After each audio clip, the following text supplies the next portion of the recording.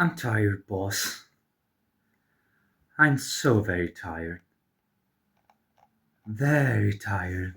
So tired the vitriol moves me to finally start my channel so that I can blab on things because, good God, the last few days have been terrible to say the least.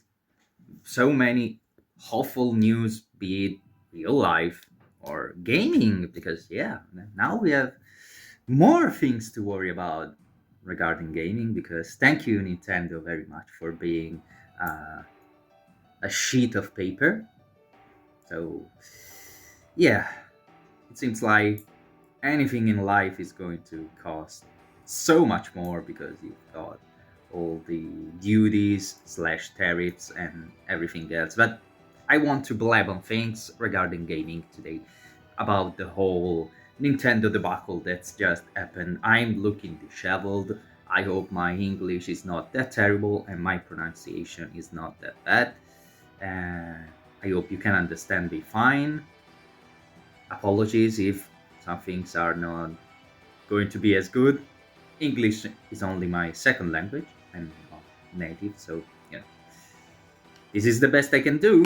And besides that, let's just cut to the chase. I'm Rinosuke Kudo, pronounced in Italian since that's my main language, even if the words are not exactly Italian. They're more Japanese, but whatever, that's not the point. And I blab on things in English because I plan to be a multilingual channel, both English and Italian. And you can find out by the title. It will say Rinosuke Blabs about things in English or Rinosuke Blabs in Italiano. It's probably better to keep it Rinosuke Blabs, but yeah. I know not everyone has got all the time in the world or the patience or the attention span, so I've made a list of points that I want to discuss, and I'm going to say them without any explanation first. I'm going to go about the little scheme I've made for myself. It's on my screen on this side. So, yeah, okay, we're going to talk about the Nintendo situation, the Nintendo Switch 2 Direct, and everything that came after. Pretty much that's the discussion of today. So I want to start with the positives. Mario Kart World, very good.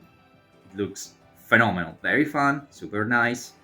Donkey Kong Bonanza looks like a next gen game, gameplay wise at the very least, and it makes me drool.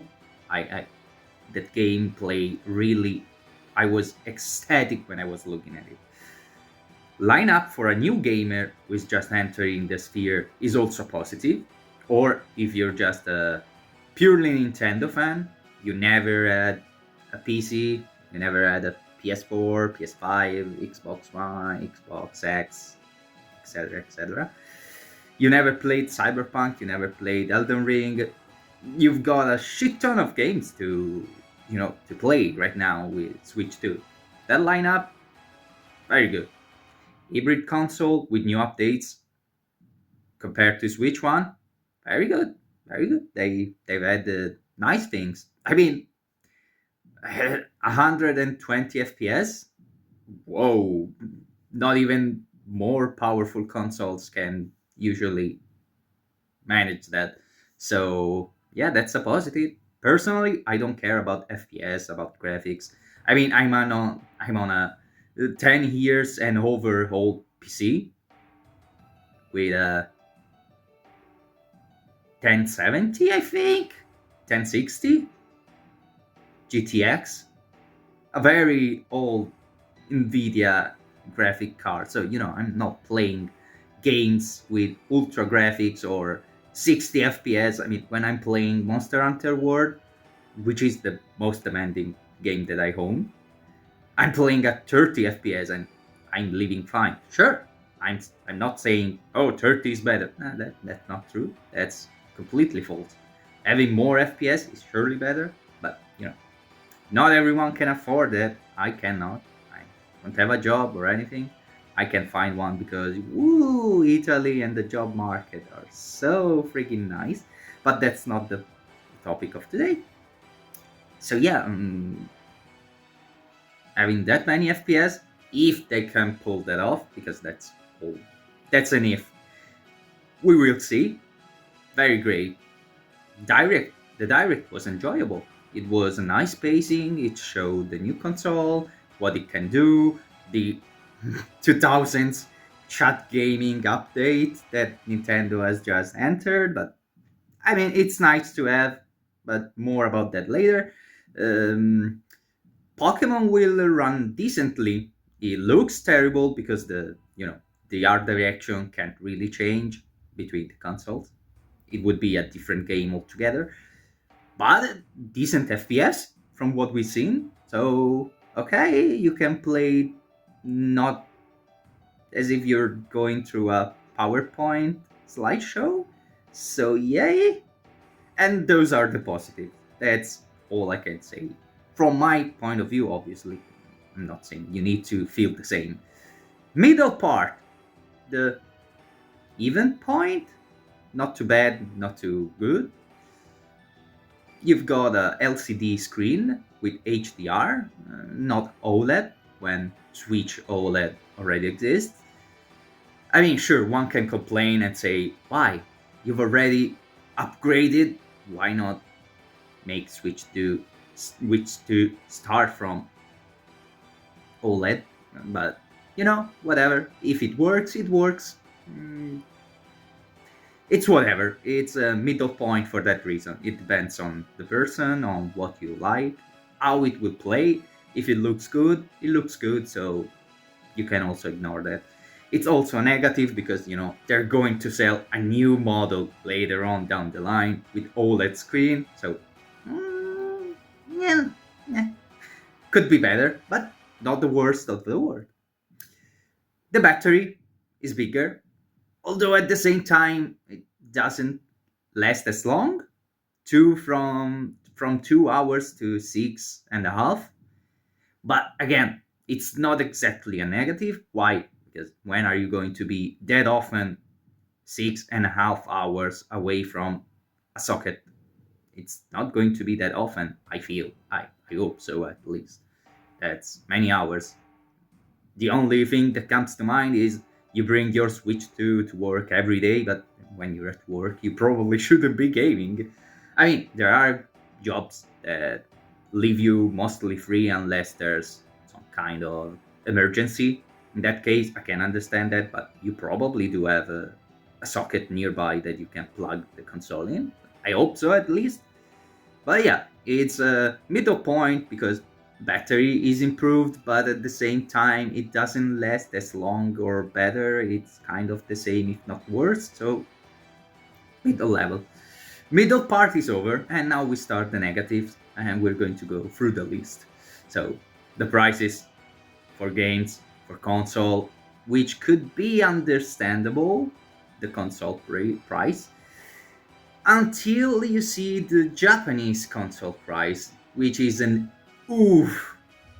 The paid game updates, Switch 1 games that you pay to play on Switch 2 with better FPS and graphics, shouldn't that come with the actual Switch 2 hardware for free? Like, that's a better console.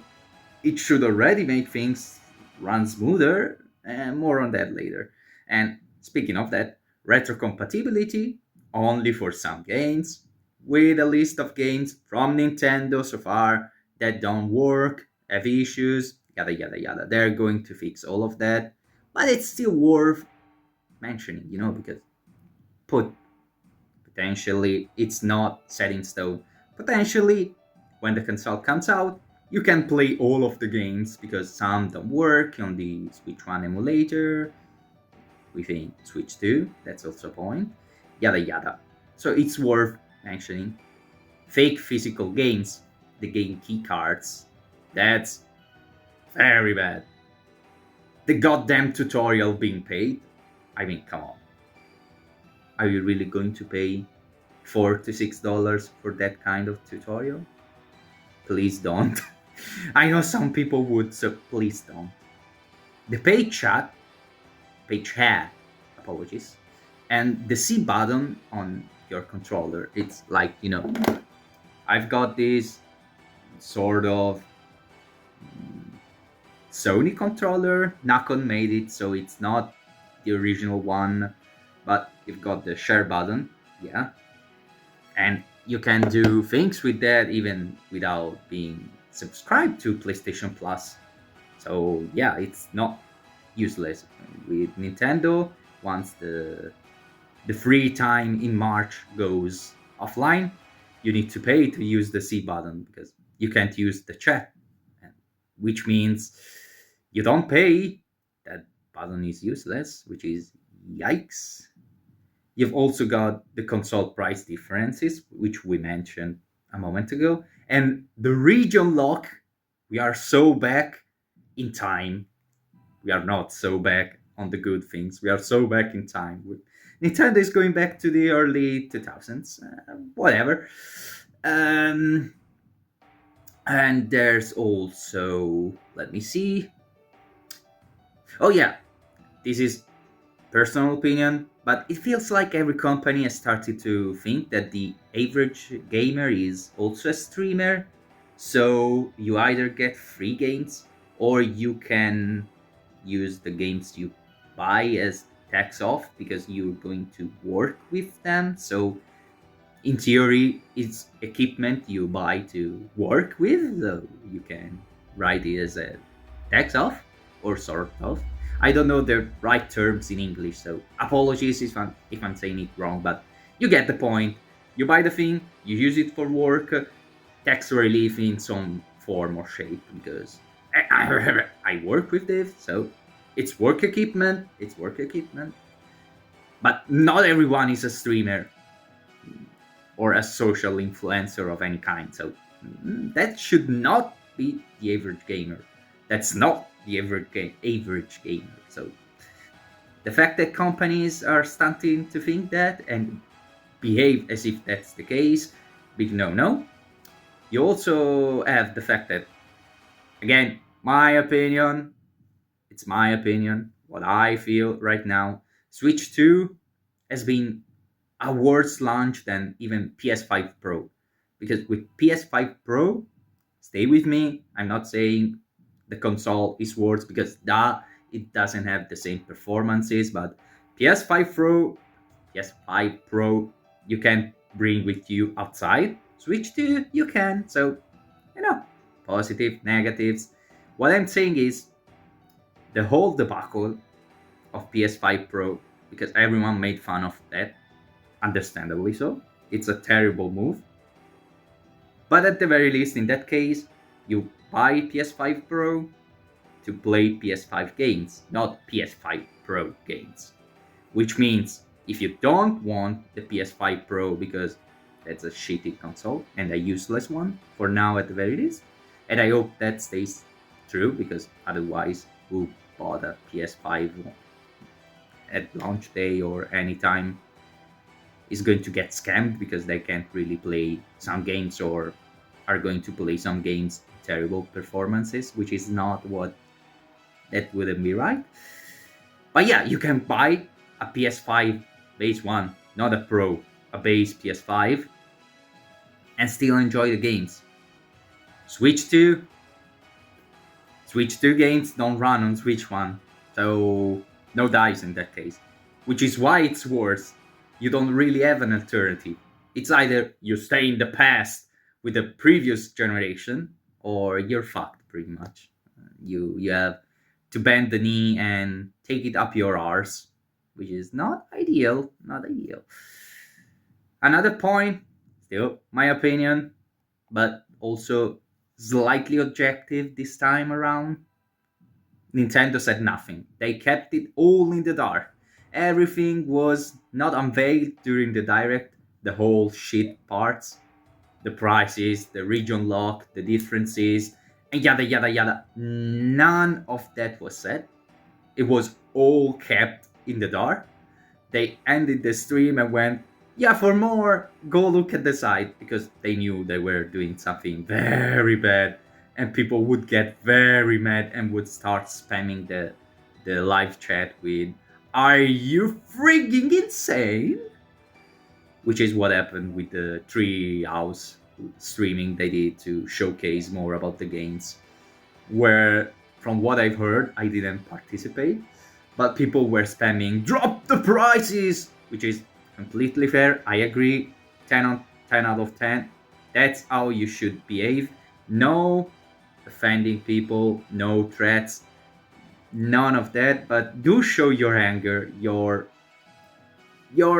understandable anger, and how dissatisfied you are, because that's completely fair. And be sure not to buy anything if you don't agree with the prices, because that wouldn't make sense. You can't go, this is priced so terrible, I'll buy 10. No, that makes no sense. So yeah, if you don't like those moves they are making, do not follow them, don't buy. So yeah. And another point that I personally do not enjoy whatsoever, and it was the same with PS4 and PS5, Kirby, the Kirby game, it's getting DLC that's only for Switch 2. You bought full price the Kirby game, Lost Island, what's the name? Forgotten Island? I can't recall, but you bought that game, full price. Now they're going to release a DLC, which you need an upgrade pack for, which is the same of a DLC pack, which is fair. But that DLC pack is gate capped by the console because it's only on the new one. So if you want to play the expansion for your games, which one game that you bought full price, you need to buy a new console. That's shit. It's the same thing when, Final Fantasy VII Remake made the whole intergrade, and it was just on PS5. The game came out on PS4, but the DLC can be run by PS4, which is false because FF7 Remake Intergrade is going on Switch 2, which is a somewhat middle of the road between PS4 and PS4 Pro, which means that DLC could have been run by a PS4. So, fuck them, double time, and fuck us because we took it up the arse. I didn't buy Final Fantasy VII Remake, but Sony gave it out for who was subscribed to PS Plus. I was subscribed at the time. I got FF7 Remake, which is a very nice game. I was skeptical. I didn't like the action way FF was going into, but that one I like. That's really fun. I really like. It's a different experience from the original, I'm sure. It's not Final Fantasy. Final Fantasy X. I really love Final Fantasy X. That was my first Final Fantasy, so yeah, big bias. But yeah, it's not the turn-based Final Fantasy, but I really enjoyed that. However, I can't really agree with you buy the game on the old console and then you need to buy the new console for just the DLC. Horizon Forbidden West, that one I bought day one. I liked the first, and I went, okay, sure, I'll buy the second. Then they come out and they say, yeah, this is a, middle gen, so it's both on the old console and the new one, but the DLC is going to go just on the new one. Horizon Forbidden West DLC, just on PS5. I got fucked up the arse. And I'm not going to buy a PS5 just for that goddamn DLC. In the future, one day when it's going down 90% on Steam or whatever, I'm going to get it on PC when I have a PC that can run that game. Mine can't, so I can't really do that if I wanted. If I had the money, I still couldn't play that. But yeah, I will eventually get to that and integrate on my PC at some point. But I'm not getting a PS5 just for DLCs. And the same is true here. I don't like that. Kirby DLC, pay locked behind new console. Yikes. No. Last but not least, I'm not going to say much about this. It's going to be when I go into detail. Gaming in general, and what I will do to fight this situation. This shit situation I did. I'm going to make my part. I'm, one small little pebble in the whole entire Sahara Desert. I don't really matter that much alone, but I'm going to do my part because I'm tired. I'm tired, boss. I'm very tired. I've had enough. Anyways, that was the condensed list of points. I mentioned I wouldn't really go into detail. I explained a few things about them because just leaving them up in the air was not right. I wrote bullet points, but I mean, bullet points don't convey everything perfectly. It's going to be a long video. From now on, anyone that can really stomach hour and something video, because I'm very, very, very meticulous when I talk, when I explain things. Anyone that can really go for anything long, thank you for watching so far. Appreciate it. Leave your comments, your thoughts, your opinions. Please be considerate, please be kind, please be a nice person that can discuss things and hobbies without trying to burn everything around them the second they don't agree with their view. Please, I beg of you, please. We all have a brain. We're all adults. Almost all of us, I suppose. But yeah, that's no need to fight, to strangle each other. We can just talk normally, without anger or anything. I'm angry about the situation at Nintendo, not at people. Let's keep that in mind. I'm not mad at who developed the game or whatever. I'm mad at the company itself, the moves it's making. A non-existent person, quote unquote person, the company. So yeah, please, let's stay polite and civil, please. But yeah, thank you. And I'm going to go into full detail now. This video is going to be probably not edited without any cuts, because you really think my computer could handle that? I'm recording myself on my phone. Do you really think my PC could handle that? Speaking of, I'm recording myself on my phone, so I'm going to have to split everything, upload every section on my computer, because storage, am I right? And after that, I'm going to restart. So let me take a break, stop here, and then I'll resume from the entire thing. From the entire thing, for the entire thing. I told you, it's not my first language, English, so sometimes I do get confused. I hope you can forgive me for this. Apologies. Anyways, as I told you at the very start, what's moving me to start my channel finally? There have been many things that have really tickled me the wrong way. The whole woke, non-woke discussion, because I'm right in the middle, don't get me wrong. Woke, as it's used, terrible, because everyone is grouping things that don't belong there. Ha, that game has a woman. Woke game. No. Why would it be woke? Why would GTA 6 be woke just for having a woman? What? No. Dragon Age, the Vanguard? That can fall into the bad definition of woke, because woke as a word, as it was used before, that's not bad. If you're talking about inclusivity, about issues that really exist, about people that exist, that's not bad. I mean, fair enough. If you write a good character and a good story, go ahead. I mean, at the same time as you can have the person that doesn't feel gender, body, anything, you could have, a goblin that doesn't want to be a goblin. They want to be the hero, but they struggle because everyone is making fun of them. You're just a goblin. You can never be a hero.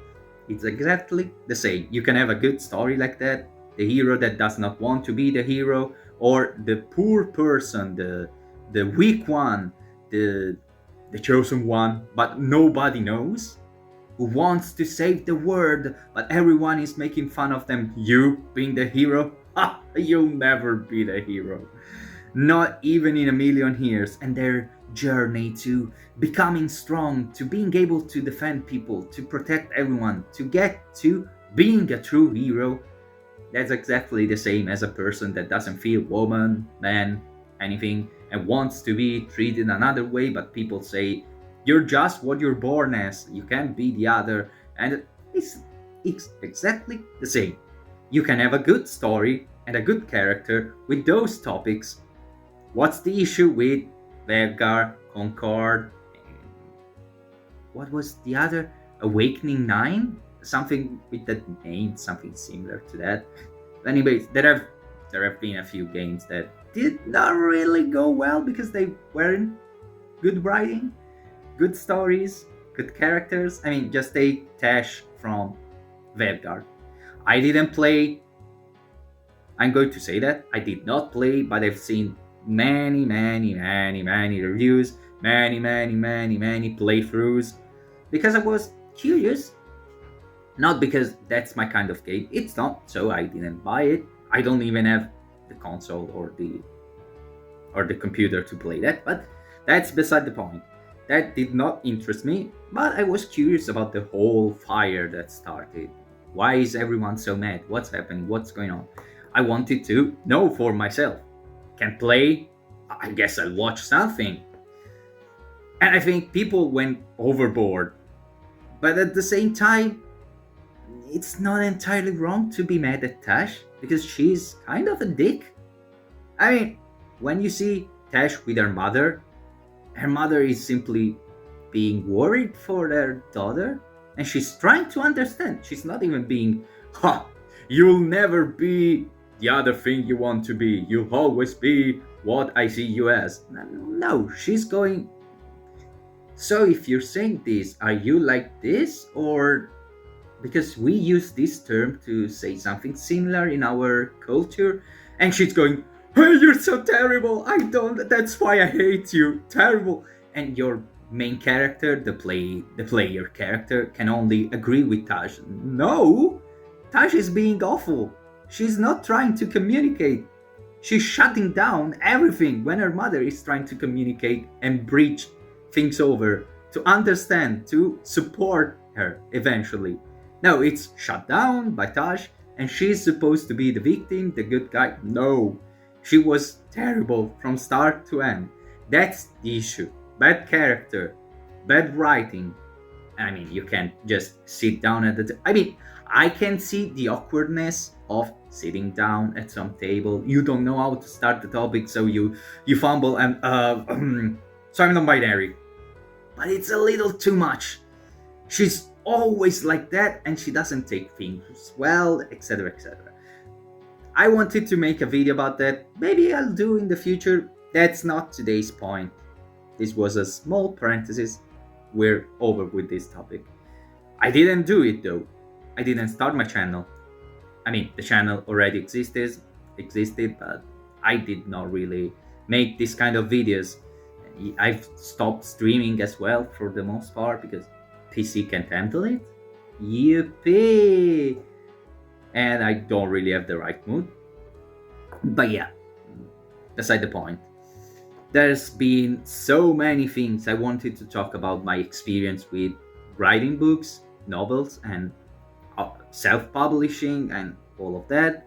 I have a video on the side. Probably I'm going to make it, but it's going to be on, I don't know, because that one where I talk about things, it's not just about the book I wrote and not making.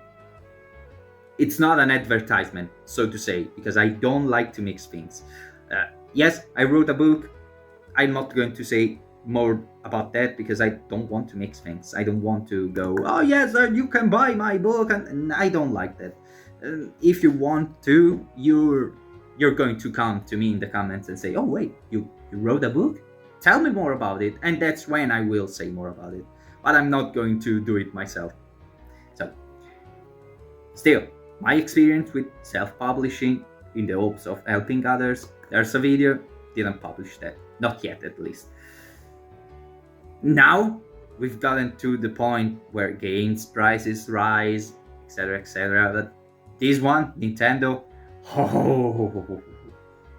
they dropped the ball. They lost the plot, and I can't really keep things inside of me anymore. It's not right. I'm going to explode. So let me explode on camera. I'm not going to literally explode, but you get the point. Let me rant, let me vent, let me blurt it all out. And that's why I blab on things. and that this is why I'm going to spend so long talking about all of this. I'll try not to be too long. I don't want to make a 2 hours video.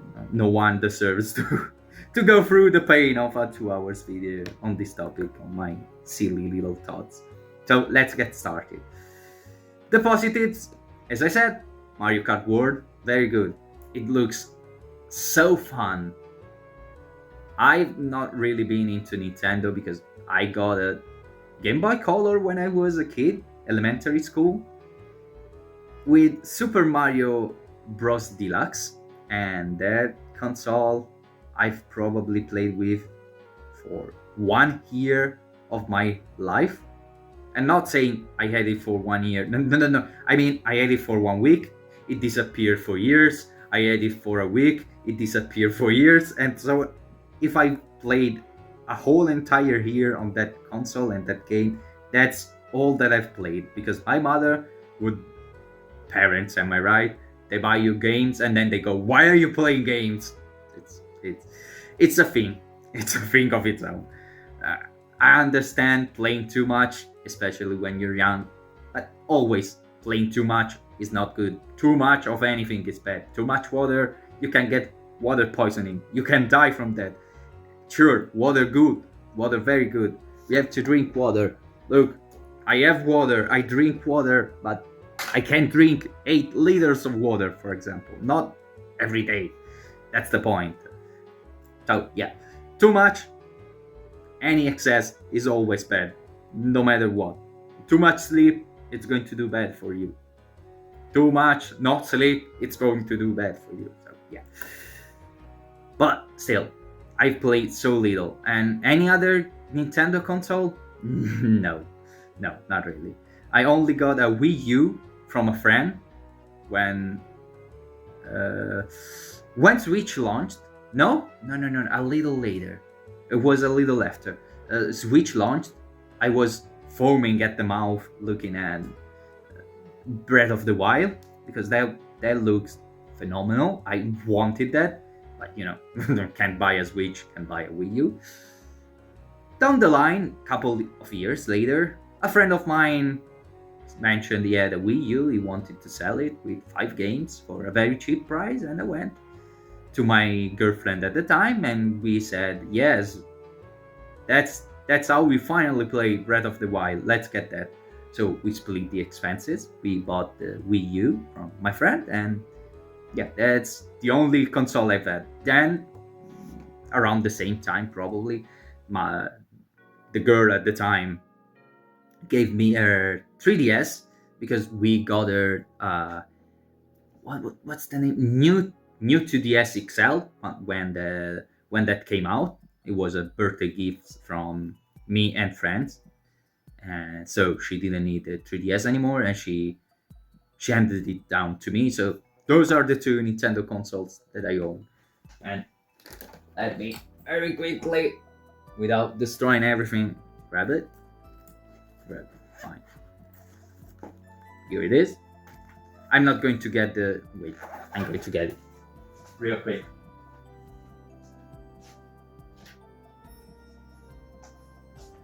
And there it is. So yeah, those are the only Nintendo consoles that I've had. But money is tight, no job, no anything. I probably...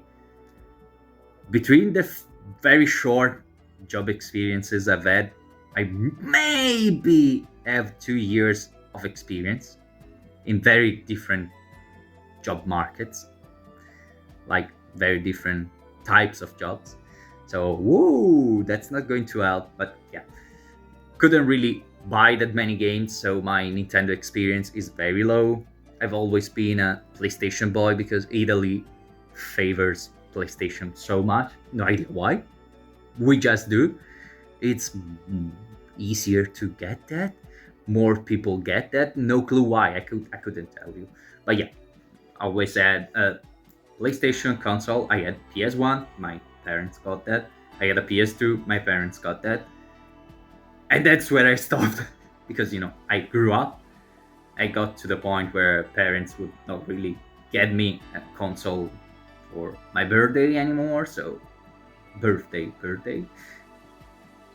is it a day when we chirp? Anyways, jokes aside, yeah, PS3, I got way into PS4 lifespan.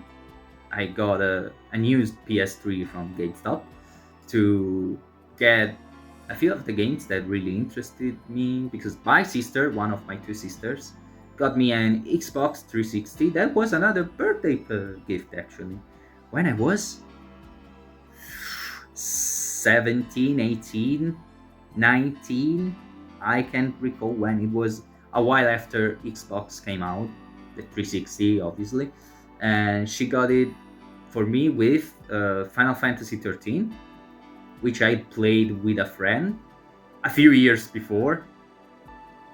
Just the start, obviously. So I was finally able to get into the game myself, and I never finished it. Oh, Final Fantasy 13. Oh, what a wasted chance. Anyways, yeah, I've been out of the console loop and everything, but I kind of got into things late. I don't have a PS5 now, and the only Xbox I ever had is the 360, which I still have down here. No, I'm not going to pick it up. It's connected, cables, everything. PS3, PS4. I've got it all here with my computer in my room. But yeah, besides the point. It's not what I'm trying to say. But yeah, kart racing, the only game I've played was Crash Team Racing, honestly. I had that one for PS1. I loved that one. If I wanted to play that kind of game, that's what I played. Sure, I did play Mario Kart when I went to friends who owned a Wii and at the game, or owned a Wii U and at the game, etc., etc., etc. But I've never really been huge into that until my friend sold me his used Wii U, and Mario Kart 8 was one of the games. So yes, I did play a little. I still prefer Crash Team Racing, but damn, that Mario Kart world is looking good and fun and nice and well made, and yes, that's a game that I'd love to play. So I can't say anything better about the game, not yet at least. The price. The price is what's bad about the game. And maybe future DLC, because that's not out of the picture. I mean, you're paying 90 for the game. That's not right. That's not fair. We're going to explain that later. But if you pay that kind of price, at the very least, the future DLC curses, they have to be for free. I mean, come on. There's no other way. So yeah, that's such a lovely game. I do wish I could play that. The direct was really making me say, okay, I'm going to save up money little by little, very little by little, and eventually get a Switch 2. Everything after, no thanks. You can keep it. Donkey Kong Bonanza. That's so good too. I mean, have you seen the gameplay? Did you look at it? Have you seen how insane it is? That's looking more next gen than most games on PS5, Xbox. What's Xbox X? I don't own the consoles. I'm not sure about the names of Xbox consoles. They're not that easy. It's not PS1, 2, 3, 4, 5, 6, 7, etc.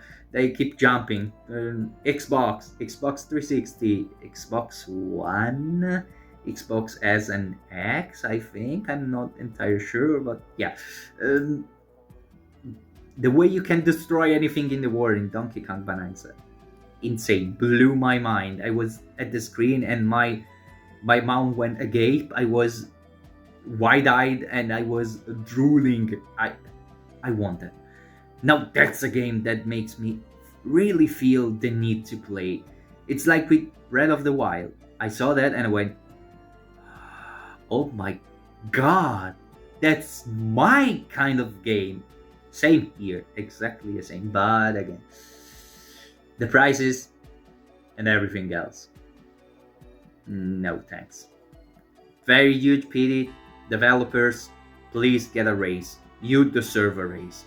whoever developed both Mario Kart World and Donkey Kong Bonanza, please give them a raise.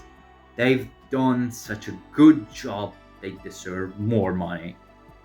And one could say, that's why you're paying more for the games now. Sadly, it doesn't work like that. If that was the case, I could cover one eye, close one. Not both of them. I'm still not really all on board with the prices. We're going to talk about that. But yeah, it's sadly that's not the case. It's not. Next point, the lineup of games. Yeah, there's not that many new games, especially first party ones. At the same time, as many have pointed out, Switch gamers sometimes don't really have another console, don't really have a PC. Probably casual gamers, sure. If you're someone that's really into gaming, you probably do have a PC. Steam Deck as an alternative, maybe, if you really like portability. Or you could have a PS4, PS5, Xbox, all of that. So, Cyberpunk, why would you care about Switch 2 Cyberpunk? You already have it on PC, on PS5, on Xbox X, One, whatever. Elden Ring, you've probably got into new game plus 77, not plus 7. You've already cleared the game hundreds of times, DLC included. So, yeah, I do get not everyone is going to be hyped by that lineup. At the same time, though, PS5 came out, you had so many PS4 games to play. If you had the PS Plus, you would get, I don't know, many, but quite a number of PS4 games you could just download and play. Persona 5, today's one, not Royal, as if they gave that one away. Persona 5, there was Horizon Zero Dawn, there was God of War, and many more, which made me go, well, for someone that didn't get PS4 and is going to get a PS5 only, that's such a good deal. And it's the same here. You only ever had to Switch one, or you're just, maybe you're someone that never got into gaming, they're curious now, or you're someone young that's just getting introduced to games by their parents. That's a good lineup for someone that's starting, that's getting introduced. If you've not played those games, very strong lineup. Very good third-party games. Third-party games. Thank you, brain. So yeah, I mean, you can say anything about that lineup. With the eyes of a gamer that's played most of them already, yeah, sure, I've already played all of that. Why would I care? I don't need a new console to play old games. Which is true. But at the same time, it's always good to have options, Options are nice. Options are very nice. So, that's also a short point. Hybrid console is better than the previous one. Who would have thought? A new console is better than the previous one? I think I just discovered hot water. Oh my god, I'm a genius. Jokes aside, yeah, I mean, it's the bare minimum, it's obvious, but they did introduce nice things. As I was mentioning in the introduction, you don't really get that many games that can run 120 frames outside of PC. You spend a lot to have a very powerful GPU, CPU, etc. And you have a beefy PC, you can probably play many games at 120 FPS, maybe even higher. But yeah, that's if you have a beefy PC. Console-wise, I don't think there's many. I mean, PS5 struggles with 60 FPS at times, especially with new games.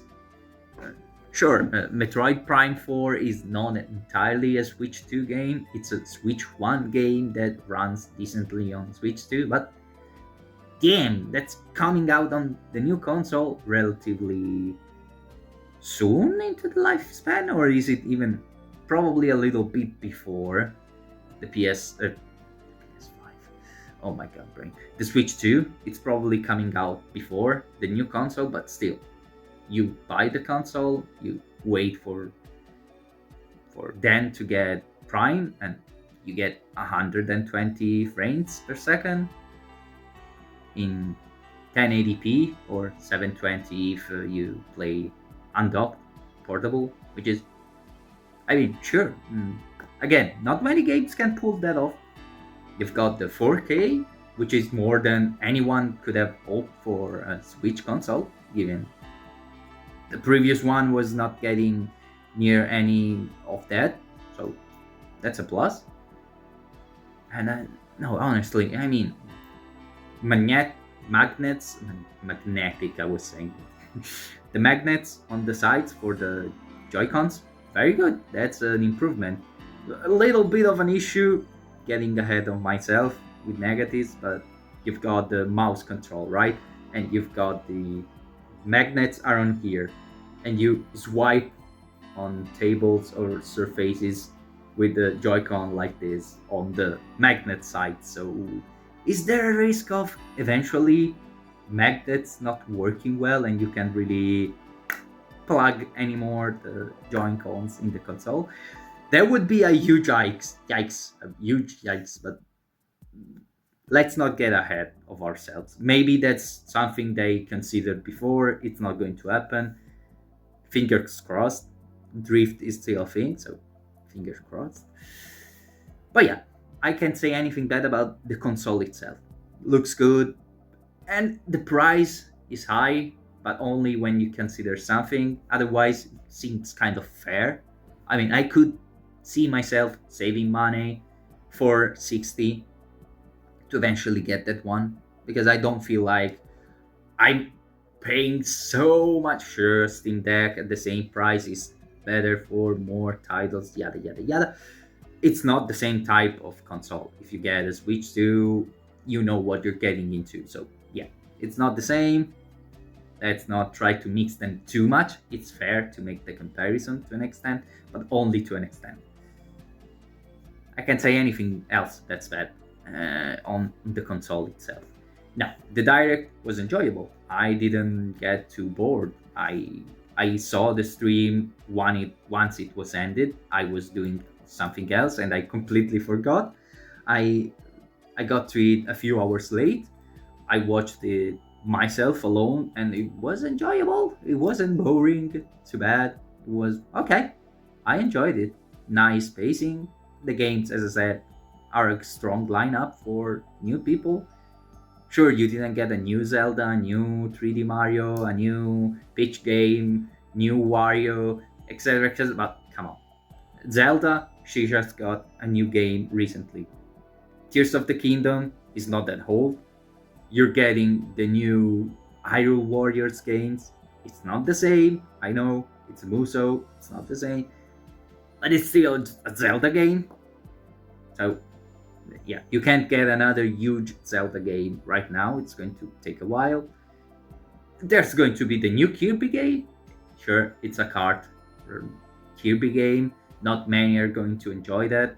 But again, the last Kirby game is getting an expansion now, so it's kind of getting new content, which is also, you can't expect a new game alongside a DLC for the previous one. That would be a little too much. There's the Donkey Kong game, which kind of counts as a quote-unquote 3D Mario game.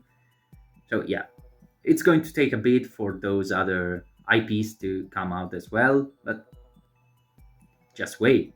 It's not a terrible lineup. Sure, first-party games, not that many right now. They're going to announce more in time, and it's okay. For now, it's not bad. So, the Direct, I enjoyed it. Many situations that made you go, whoa, what? Bloodborne 2, I mean, legally distinct Bloodborne 2, that's also a... I'm not going to talk about that though, because I love Dark Souls games. I enjoy Elden Ring. I tolerate Bloodborne. I'm sorry, I'm not a fan. I didn't really enjoy that one that much. So I've never been huge into the hype of Bloodborne 2, Bloodborne Remake. Sure, I mean, I would take a remake for whole defense because they deserve a better running Bloodborne. I mean, come on, it's running as even on PS5, so that's not fair. But yeah, I'm not all that hyped. It looked weird, kind of different from what you're used to, and at the same time too much like the same thing, because you still get blood, moon, dusk of humanity. It's samey. It's starting to get samey. I'm going to love the hell out of Night Rain. That one really, really interests me. This one, not so much. One, because it's already a second multiplayer game, one after the other, with repeated things from what we've seen.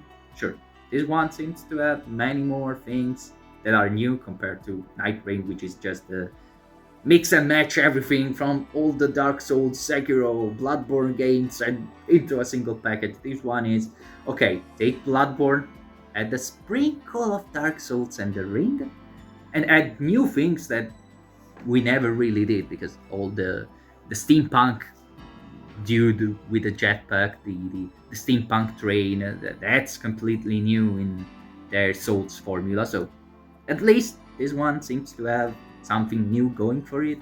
But I don't know. I'm worried about From Software a little bit. Night Rain didn't worry me personally. This one is starting to give me worries. This one is giving me worries. Less positive, which is like Silver Lining, Pokemon ZA seems to run decent, okay FPS on Switch 2, but you need to pay an upgrade for that to run it decently. Is it even a positive? Is it? I don't think so, but I'm adding it in. Let's say it's a positive. It shouldn't be, because it means that they're selling a terrible game and they're keeping the nice performance under a paywall, which is not ideal. Not ideal again. But yeah, let's try to stay positive. See, the game at least doesn't look good. It seems like they're still so far beyond any other company, any other IP that Nintendo has. They really are lagging behind. Game Freak at this point is either incapable of 3D games, or they are way too lazy, and the Pokemon Company is not helping with their. We still get millions of dollars out of everything, even if we don't really, get serious, which is not good. But we're not inside the companies. We don't know for sure. We can't say for certain, but yeah, it's not looking good. But yeah, let's say, yeah, it's a positive. On Switch 2, it's going to run smooth. So that's something. The other games did not run smooth at the very least, so improvement? Maybe? With the positives done, I'm going to stop the video again. I'm going to grab something to eat because it's dinner time here. And then I'm going to go into the middle part, stop there, go into the negative part after, and that's the bulk of the video. And yeah. Now we get to the middle part, as I announced. What was the middle part? LCD HDR, the screen, which is downgrade to the OLED Switch 1. Sure it is. Is it a death sentence? Probably not. It's probably going to look somewhat okay, play alright, so it's not going to be the end of the world. Could have been avoided. Certainly. Apologies. Certainly. But yeah, besides that, it could have been avoided. They could have done OLED from the start for Switch 2, but they didn't, so whatever. It's kind of whatever. It kind of devalues the price of the console, but we'll get even to that, because if you look at the Japanese only region locked console price, you kind of understand why it's only LCD. So yeah. we'll get to that when we get to the negatives. I don't really have anything more to add to this. It's kind of simple. It's bad, but also not too bad. So it's a middle of the road. It's whatever. It's freak of fluff. Even better. Oh, fluff. I really wanted it to be OLED, but oh well. I can still play. It's still going to function. So tough luck. It's something that could have been better, but it's not the end of the world. Same with the battery. Like, I mean, it's bigger. There's more capacity, but it works worse to some extent. It doesn't last as long as even the Switch One's battery, which is weird, but it's got 120 frames per second. So that's higher. It's got stronger output. It can go 180p and it could go even 4K upscaled and everything, sure thing, but still it's going to shoot out 4K, though that's when docked. So I suppose when you got the console docked, it's going to also recharge at the same time. I don't know. I don't own a Switch. I don't own a dock for the Switch, so no clue whatsoever, no idea how it's going to function exactly, but I assume at the very least it's going to also charge. Don't know, no, truly, no idea whatsoever. So I know, not sure, but yeah, it's not that long, from 2 to 6.5 hours. It's not absurd, but at the same time, one thing is your phone, because you go outside, you stay outside all of the day or anything, and you need to make phone calls and everything. Another is being 6.5 hours straight playing like this without charging, without being near any socket. So it's not going to happen that often, let's say that. And it's true, when you're using it consistently, when it's a demanding game, it's going to be only 2 hours, which isn't ideal. At the same time, though, are you going to play when you're outside, when you're not somewhere with a plug, with a socket you can plug the charger in and whatnot? Are you going to play consistently, non-stop, over 2 hours? That's kind of a long time. I mean, sure, you could say, well, when I'm going on a journey, on a trip with my parents, and I'm going to spend 5 to 6 to 7 to 9 hours in a car, my goddamn console, it's not going to last long enough for the entire drive. But then again, are you going to spend the entire time gaming? You probably can, but maybe not. You could look around a little, chat with your parents, if you do well with your parents. Otherwise, the rest of the time you could use your headphones, jack or wirelessly connect to your phone, listen to music, spend a little time like that. That's also an option. But at the same time, I can understand it's a complaint, and it could be valid because it doesn't last as long as the Switch One did. So, whoopsie. At the same time, though, it's not the end of the world probably. So that's why it's the middle part. And this is also done. There's not really much to say about the middle parts. If I keep glancing to the side, it's to check the bullet points so I don't miss anything. So it's time to enter the negatives. No real need to split the video and continue with the negatives now, because that was quite short. Finally, I've been concise. I've been short and concise. That's an improvement. I'm already improving during the video. But yeah, negatives. As we all know, the biggest elephant in the room, because there are quite a few elephants in the room. Can't you see I'm all tight because there are many elephants in the room? Jokes aside. The prices. And I'm not saying the console price, which is also something that needs a small parenthesis, a small quote-unquote diversion from the main topic, because by prices, I mean game prices. But console prices. Europe, I'm in Europe. Hello, I'm in Italy. Ciao a tutti, I'm in Italy. So, me, European, Italian, what's the price like? 470 euros.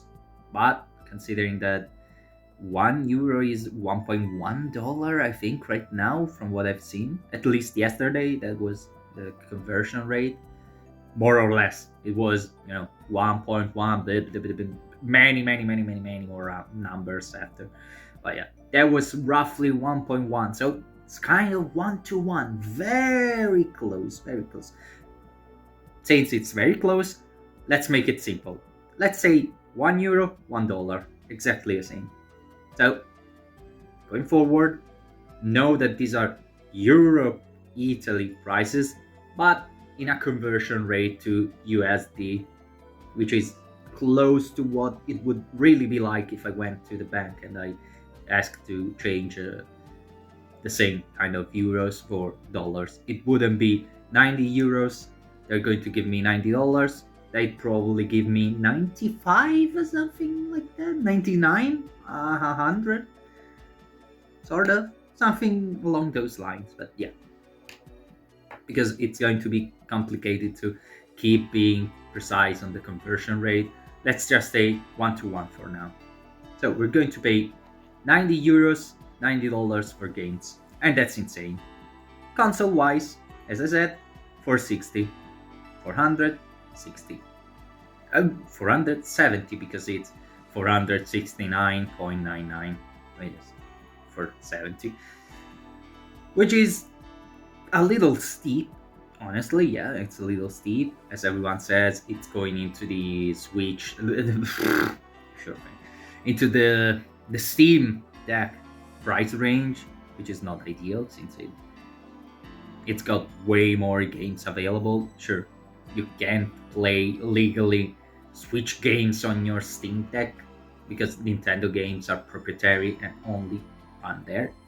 Okay, we know you can emulate. We know that's a thing. You can change things on your Steam Deck and make sure it also plays Switch games, but the big N is not really happy about it. Nintendo is not really happy about it. Even if you buy the games and you emulate them, we know, which is also a point, we know they do not like that, which is also a coming point very soon.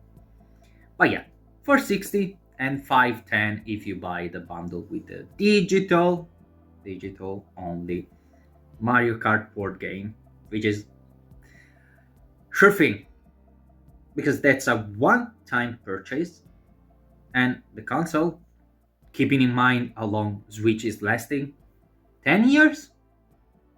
Let's say this time they don't go that far, the others. 7 years? It's acceptable. I could get behind that.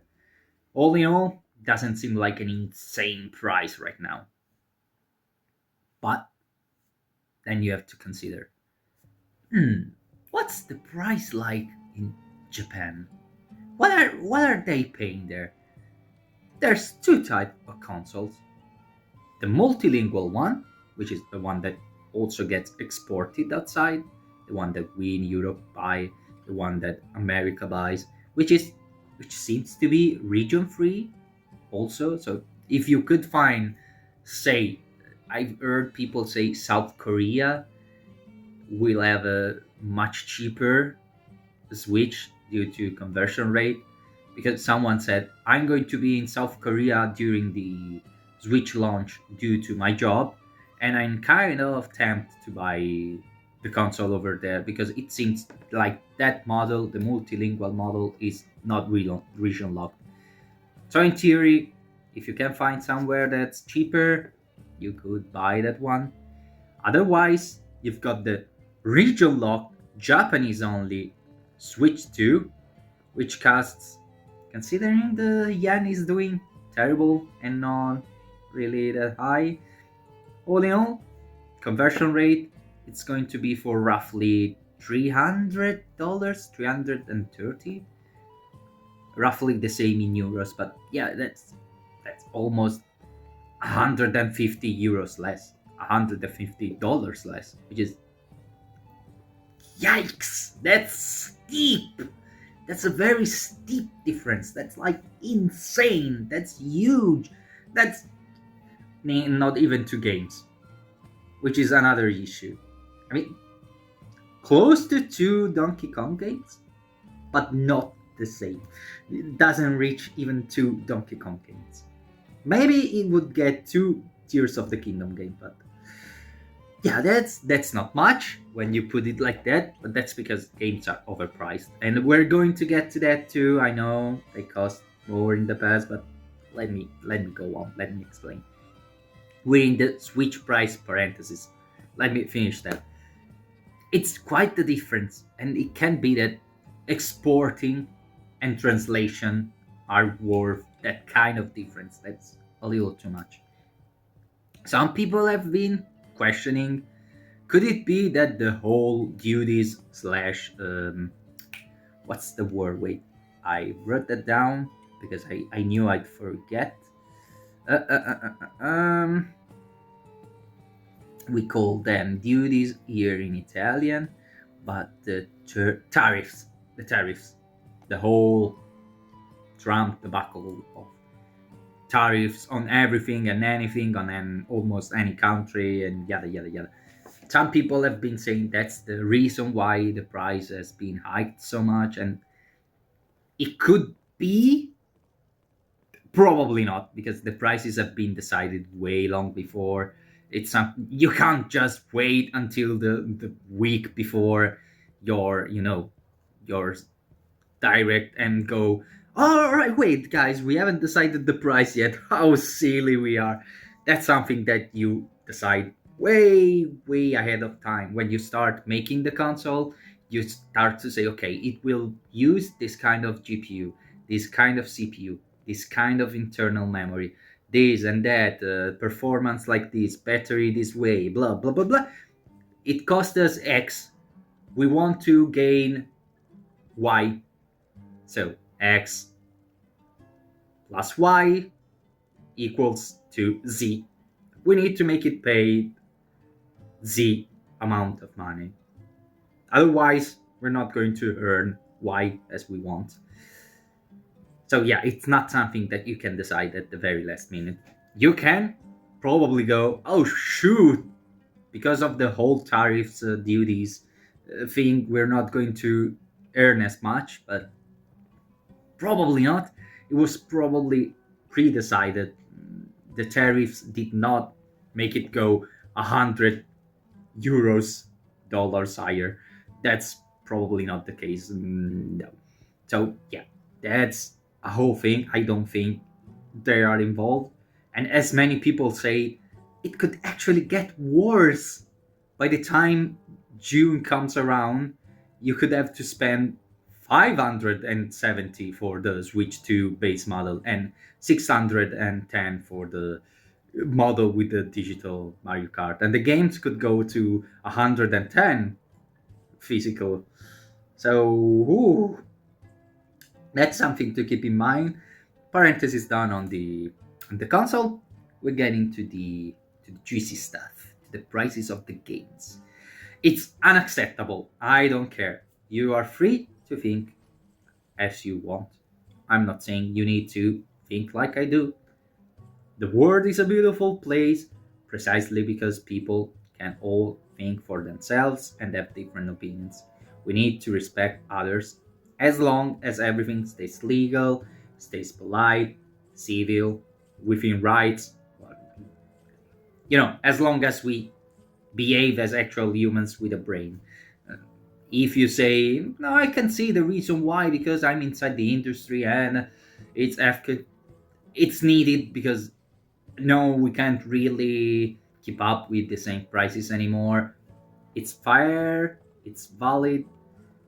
I don't agree with that because I think you'd need not to hike the prices but lower the costs. We're getting there. But 90 euros and maybe $90 with taxes, because some states do have taxes. Some states will pay $90 for physical copies. Not all of them. Some of the United States do have 0% tax on games, it seems, from what I've read online. So they're going to pay 80. I envy them. Honestly, I do envy them.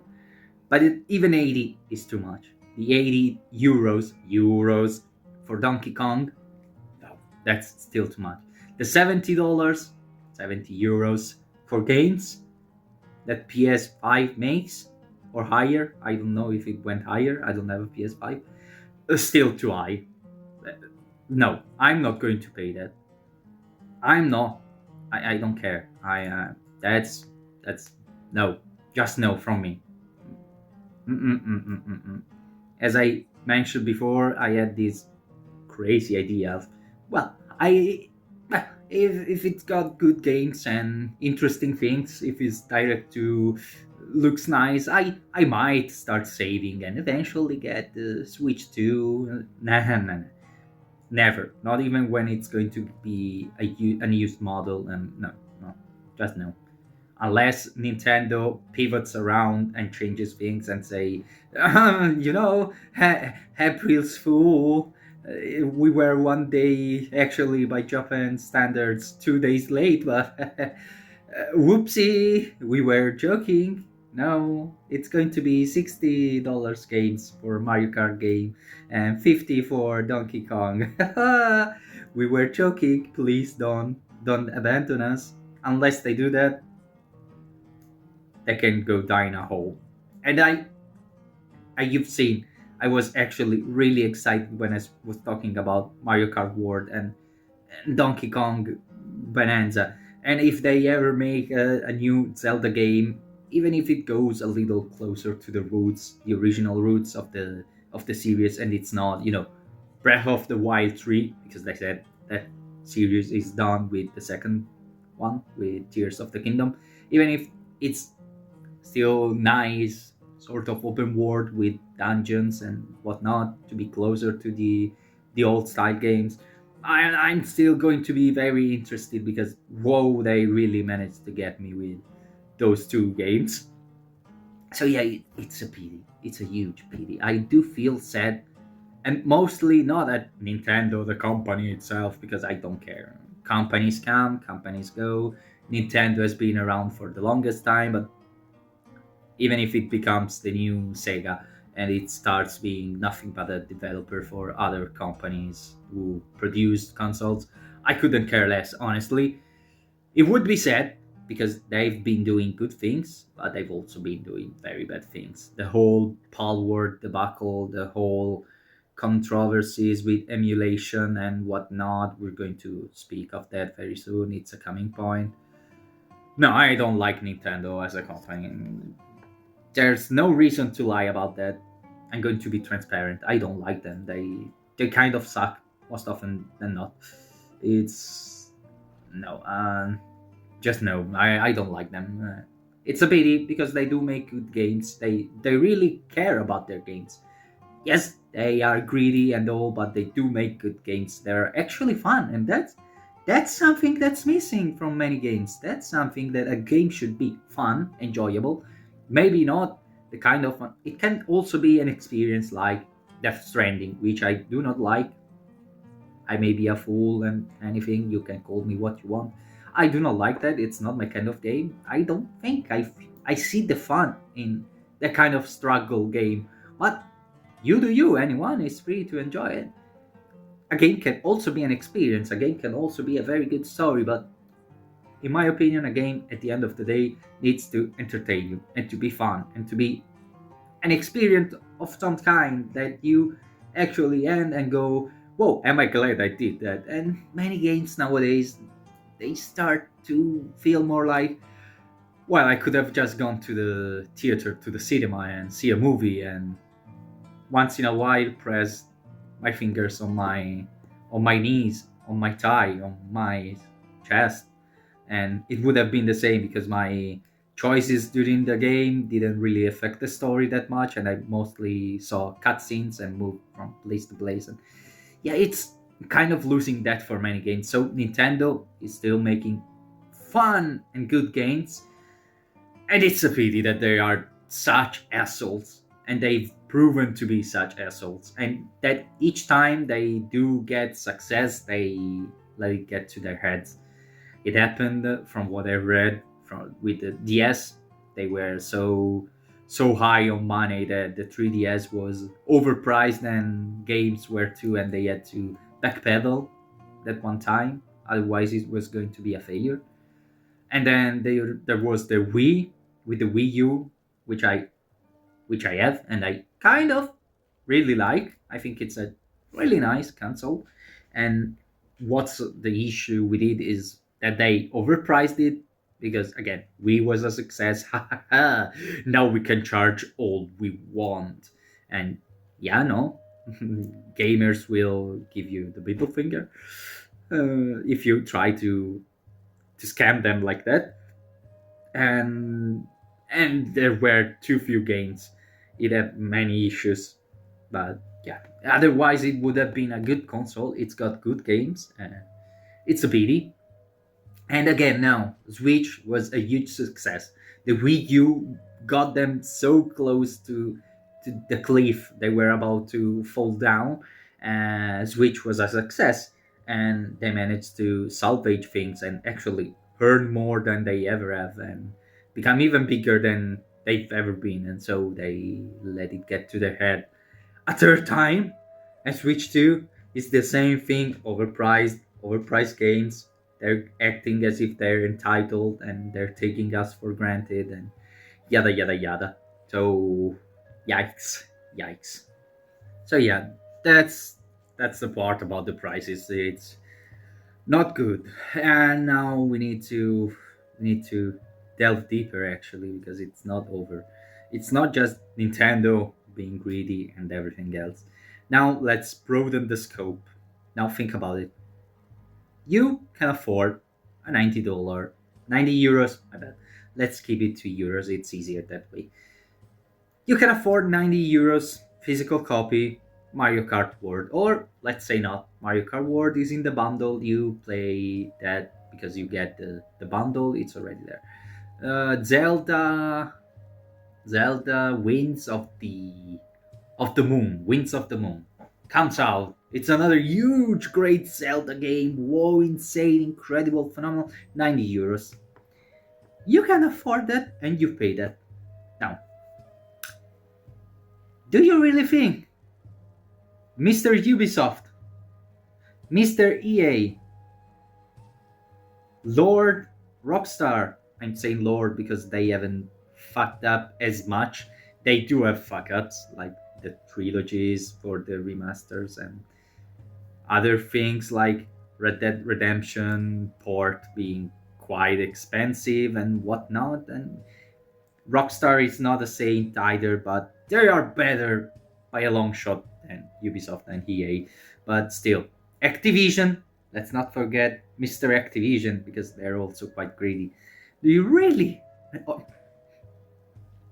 Prince Sony, the lord of them all, Sony, which has shown so much greed lately since the PS4 was a success. With PS5, they've gone insane. That shit insane. That shit crazy. But yeah, do you really think they're not going to watch you,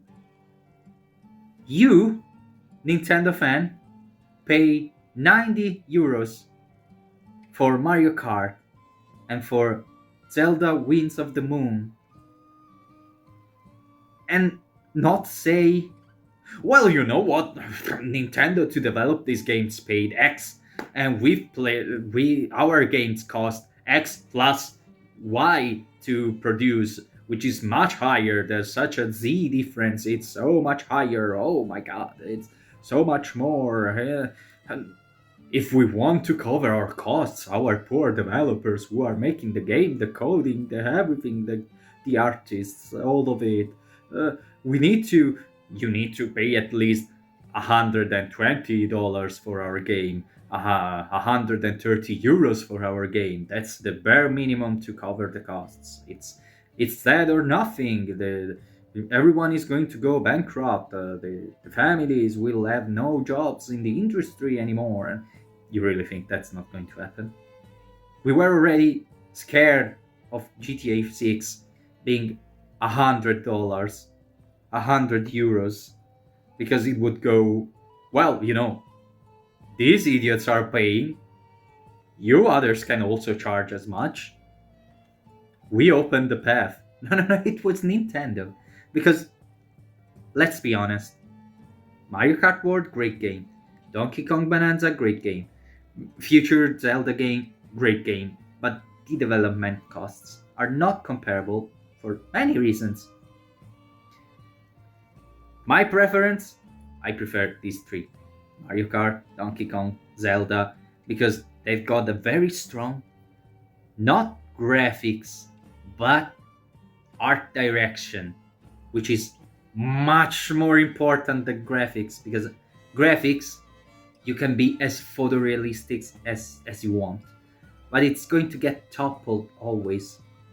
Real life looking games never stay as true as they look the day they release. You're always going to say, this looked better back then. It didn't age well. While pixel art games, for example, they still look as nice and crisp as they did the day they released. Any game that uses art direction as the priority is going to look exactly the same and as nice in the future. Of course, bigger screens, more resolution means that smaller games will be stretched out and will look not as good because pixelated and everything. But at the same time, by comparison, art direction wins over graphics any time of the day. So honestly, I do not care for graphics. I do not care for many FPS.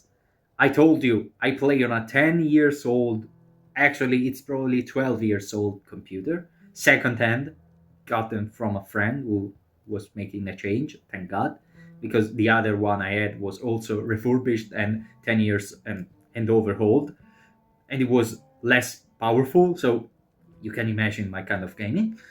But yeah, this one has a 1070 or 1060 as a GPU, and then a E3 CPU that's over 10 years old. It's not performing well. I play games mostly at 30 FPS because, that's what I can achieve, and I can play fine. I don't see the need. I can see the benefit, but I don't see the need. Benefit? Sure. Need? You can survive even with 30 FPS. But we go on. The future keeps coming closer. It's fair for things to proceed onwards and for the standards to slightly go over in better ways. So instead of being stuck on 30 FPS, it'd be nice if we could end up stuck at the bare minimum at 60 FPS for everything. Sure thing, that's something we all agree on, I'm sure, but it's not exactly necessary. But okay, sure. You have games that cost a fraction of what photorealism, paid actors, be it voice actors or actually being in the game, because nowadays AAA games have this kind of phase where you need to have at least one or many paid actors who are super famous and which bloat the cost of the production, because you really think Keanu Reeves in Cyberpunk was cheap to have? You really think that Death Stranding 2 with all those actors is going to be a cheap game to produce? And then it's photorealistic. They need to everything in the game, any animation is made with motion capture, which is freaking expensive because you need to pay someone to do all the motions and then you have to code it into the game to work exactly the same. It's not just you type in to get a code to move things. No, you need to first record, pay someone, pay for the recording, pay for the conversion, pay for the coding. It's much more expensive. So you really do think that the prices they need to pay to produce the games are the same? No, they're much more bloated. And I mean it, bloated is the right word, because you don't need that to have fun. Indie games are the proof, and to some extent, Nintendo games are the proof that it's not necessary or you can't have fun. You can have fun even without those, but it's okay to have some. The issue is that that's become the standard, and prices being bloated is not the way to go. You need to go backwards. When people say I want shorter games with simpler mechanics, smaller in scope, with easier anything that costs less to produce, and in by comparison make the developers earn more. Yeah, that's true. That's friggin' right. Fluffing right. that's fluffing right. I mean, that would be ideal. Let's take an actual example. Skyrim, baggy, full of glitches. It doesn't perform as nice on the first consoles it was released on. Okay, but it's a fun game. It's enjoyable. Why can't we have Skyrim 2?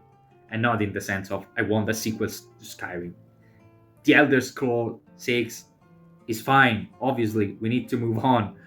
But why can't it be just Skyrim, just better? Stick to that kind of map size and improve on the areas. There can be more things to do, more activities. Everything can be more polished. The length of the story and the game doesn't need to grow. You can just write better things. You already wrote a nice story. You can always improve. No one's perfect. Nothing's perfect. There's never reaching the peak. Sure, if you scale a mountain, if you climb an actual mount, you can get to the top, and there's nothing higher, of course. But in art, in anything that you create, there's never a real actual top. You can always keep going higher and higher and higher and higher, little by little, time by after time. So yeah, why don't you just keep the status quo and improve on that? Everyone is clamoring for 60 FPS, 120, 240, yada yada yada. But they also want better graphics, bigger games, longer games, more activities, more anything, more. Why can't we focus on one thing, improve that, and make the experience overall better, bit by bit, as we keep going. Over time, we'll get there, where everything's better, but let's go slow. Of course, if you focus on the whole picture and try to improve here and there and there, and it's not going to be a real improvement. Actually, you could go backwards. It's a big issue, so, I don't get it. I really don't get it. Aside from that, you can say me a little better. I checked, and the camera was still positioned a little too low. The phone, not the camera, but yeah, you get the point. I need to make a small parenthesis because it's coming later. A proper discussion on that. Indie games, sure, it's true. They can be compared most of the times to actual AAA games, or even AA games, or quadruple A games when they start existing, like GTA 6 and going forward, all the other games. But at the same time, I've been buying not many, but a good number, and been trying a good many, in that case, many is true, many games through Game Pass when I managed to get that for free from friends, or when I had the PS Plus and it was getting all the expansion that you can play many games, even on your PC through streaming and whatnot. The demos, because thank God Steam is making demos a thing again, which should be the minimum for every game, in my opinion, but let's not enter that discussion. Many indie games that are so goddamn fun, so enjoyable, so nice, and they cost much less. They don't look as good, they don't last as long, but at some point you even kind of start liking the fact that they don't last as long. Yes, I don't have the headphones right now, starting to between the glasses, which I could do without because I'm not exactly reading or watching a screen right now, but I'm used to wearing them. They're so they I can see properly even without it's for reading, but I'm so used to them that they don't even change my perception that much, and they don't really create any issue even if I wear them when I shouldn't. So I'm kind of used to having them all the time, even when I don't need them. But let's not diverge. The thing is, yeah, you have these indie games that are just what I need from gaming right now.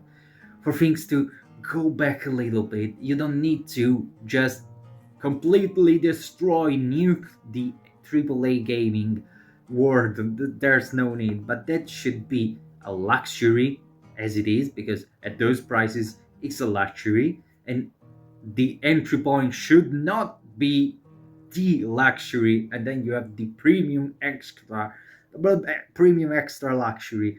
That should be the thing that happens once in a while, even more than once in a while, rarely so, once in many whiles, and the once in a while should be the luxury, and the norm should be indie games. That kind of level. That should be your average game, because that way many more can enjoy games, many more can buy games. That way you can lower the costs, because let's make an example. Something that I've been through accounting in high school. That was the major degree, if you want to call it that. I don't know if high school can really call it that, because that feels more like something for college, which is more comparable to university, but let's not get into that. Let's say, let's use these, which I learned in high school. You produce pens, this kind of pen, cute, cat face, the Chupina pen. More on that another day, on that story. This cute kitty pen, okay? Let's say between electricity, gas, anything, gas for reading, obviously, anything you need, any cost your company has to pay, the machine to produce the pen, the materials to make the pen, everything. At the end, you arrive, you've got 500 as a cost. 500 is your final cost with everything. And you make one pen. This pen alone, just this pen, just this one. If you want to go even, just even, to say, okay, I spent 500 and I earned 500. So gained, not earned. Gained 500, 500 gained, 500 paid, 0. Gained 0, lost 0, even. You need to sell these for 500. Yeah, of course. Makes sense. So, if you can make 2 of these pens, their price goes down. Because just to go even, you can go 250. If you keep the price at 500, you've just earned 500. Because that's 1000 gain minus 500 cost, 500 down earned. So yeah, if you print 500 of these and 500 customers buy these, they need to cost 1 just to go even, which is how things work. Why are we mass producing things? And the insane part of all of this is, with games, digital games, I don't even need to make this. It's all code. I make code once and I spread it forever, infinitely. It's not like I've got ingredients to make 1 billion pens and then the ingredients are over. There are no more in the entire world. It's over. That's it. You can't produce any more. That's it. It's gone. See, lost. You can't make any more now. With games, with code, it's infinite. You can keep going forever. There's no stopping. So, why, with the gamer pool of people that keeps growing, because it keeps getting bigger and bigger and bigger. There are way more gamers now than there were before, and each year there are more. And it's true, mobile gaming is what's mostly growing. Console, PC is kind of stable, but it keeps growing a little bit. How can it be that with more customers, things keep costing more when they should cost less, just to go even and to make money off of it, to earn, to keep it in your pockets? How can it be? It's insane. It makes no sense. Beyond greed. I'm the CEO, I'm the publisher, I want to make more than I make already. Why don't I buy a second yacht? That could be actually nice, So I'm going to make people pay double the price of their games now. There's still going those there's still going to be those that can pay for that, so why not? There are those fools who would pay to scalpers double the price of the console because they need it immediately and they can't wait. And I'm not trying to downplay the scalper issue. That's huge, but that's such an issue that I wouldn't even know how to go about that, because the whole you can pre-order only if you're subscribed, only if you've played 50 hours, I think that was in the last 2 months of games, only if you are subscribed to the newsletter for Nintendo. That's not going to stop scalpers. You have so many Nintendo fans who are also scalpers, who buy their own console, then buy 100 more to resell for higher, and it's going to change nothing over the. Yeah, I mean, maybe it will decrease the number of scalpers, but it's not going to remove them. So tough luck.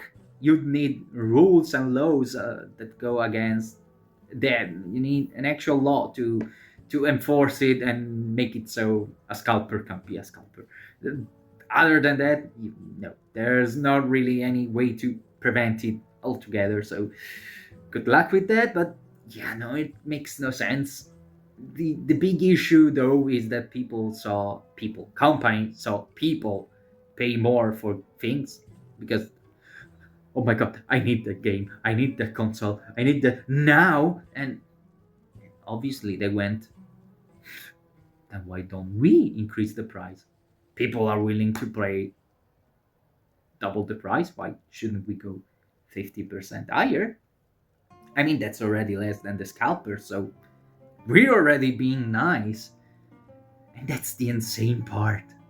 People gave really a bad impression with the whole scalper things and actually buying from scalpers and all of that. We got mad at scalpers, we need to get mad at companies too, trying to raise the price. And yes, people keep saying games cost as much in the 90s, they cost even more in the 80s. True, many wages did not change from the 80s and the 90s, which is insane. Things are getting more expensive and wages are staying the same. Many people's salary has not changed in decades. There are those who get way more than they did before. There are those who get the exact same and have more expenses. So gaming is even less affordable. And if gaming costs more, it's even less approachable. So yeah, it doesn't seem fair. At least to me. I could be the richest person in the world and have enough money that I can burn it. Oh my god, I'm so cold. Let me burn $1 million. I could be that, but it's still, because it's how I am as a person, I'm still going to go. They increase the price. I can afford it, but can person X afford it with a much lower salary? And I would start thinking about others, because that's what's getting lost in the world lately. No one's thinking for others, no one's looking out for others. And I know it's a shark word.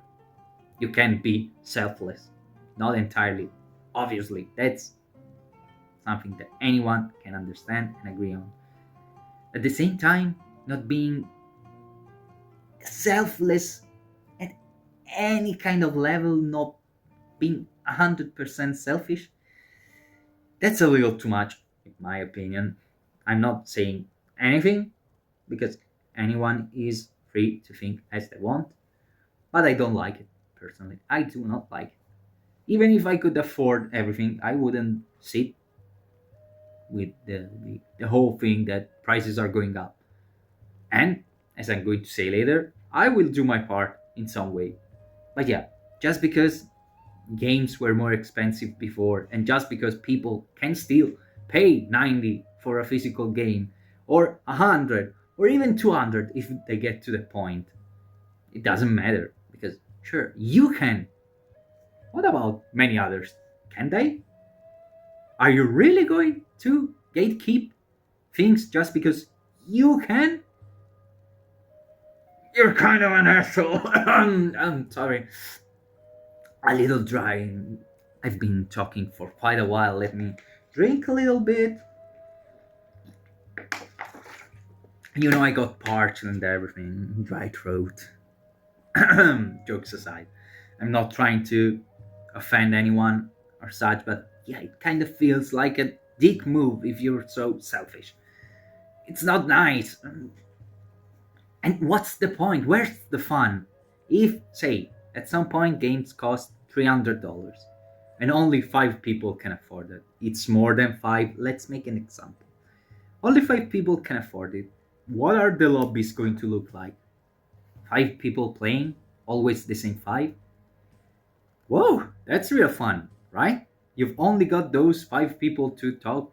Actually, 4, because it's you and 4 others. You only got 4 people to talk about regarding your passion, no one else, because all others are gatekept by the price. That doesn't seem like a good place to be. It doesn't look like a fun entertaining, but doesn't look like a fun entertaining hobby anymore. If you can't really talk about it with anyone, if you can't share experiences, yeah, I mean, you can gain from the experiences, good stories, good gameplay and everything, but it's kind of stale. I don't know, I'm not one to be hyper socializing over everything, but I do like when I meet someone who shares the passion to talk about Dark Souls, to talk about Kingdom Hearts, to talk about stories from anime, manga, and videos I see on YouTube, movies. I do like to talk about it. God damn, I can't stop when I'm talking about my own book if I find someone that gives me the time to read it and is interested in the process, in my ideas, in everything that I've got to say. Like, oh my god, how did you come up with this? Do you have anything more planned? I could go for days because it's nice. It's really enjoyable to use something and then discuss over that thing. See what other people thinks, and it's just nice. So to have something get kept by money, it's kind of shit. It's bad. It's not a good practice. I do not like that. I do not support that. And that's that. That's that. At the same time, as I said, I can understand games in the 80s and the 90s when they were niche being very costly because development wasn't as easy. Not that it's easy now, but you've got many game engines that you can use to make your own game. It's easier in a way. It's not like, okay, I've made a game. Of course not. You need to study. You need to put yourself there and spend many hundreds of hours, maybe thousands of hours into making the code, making animations, making the graphics. You can take things a little here, a little there. You can make a small group to split, but it's still going to be a huge effort no matter what. But it's easier than it was before.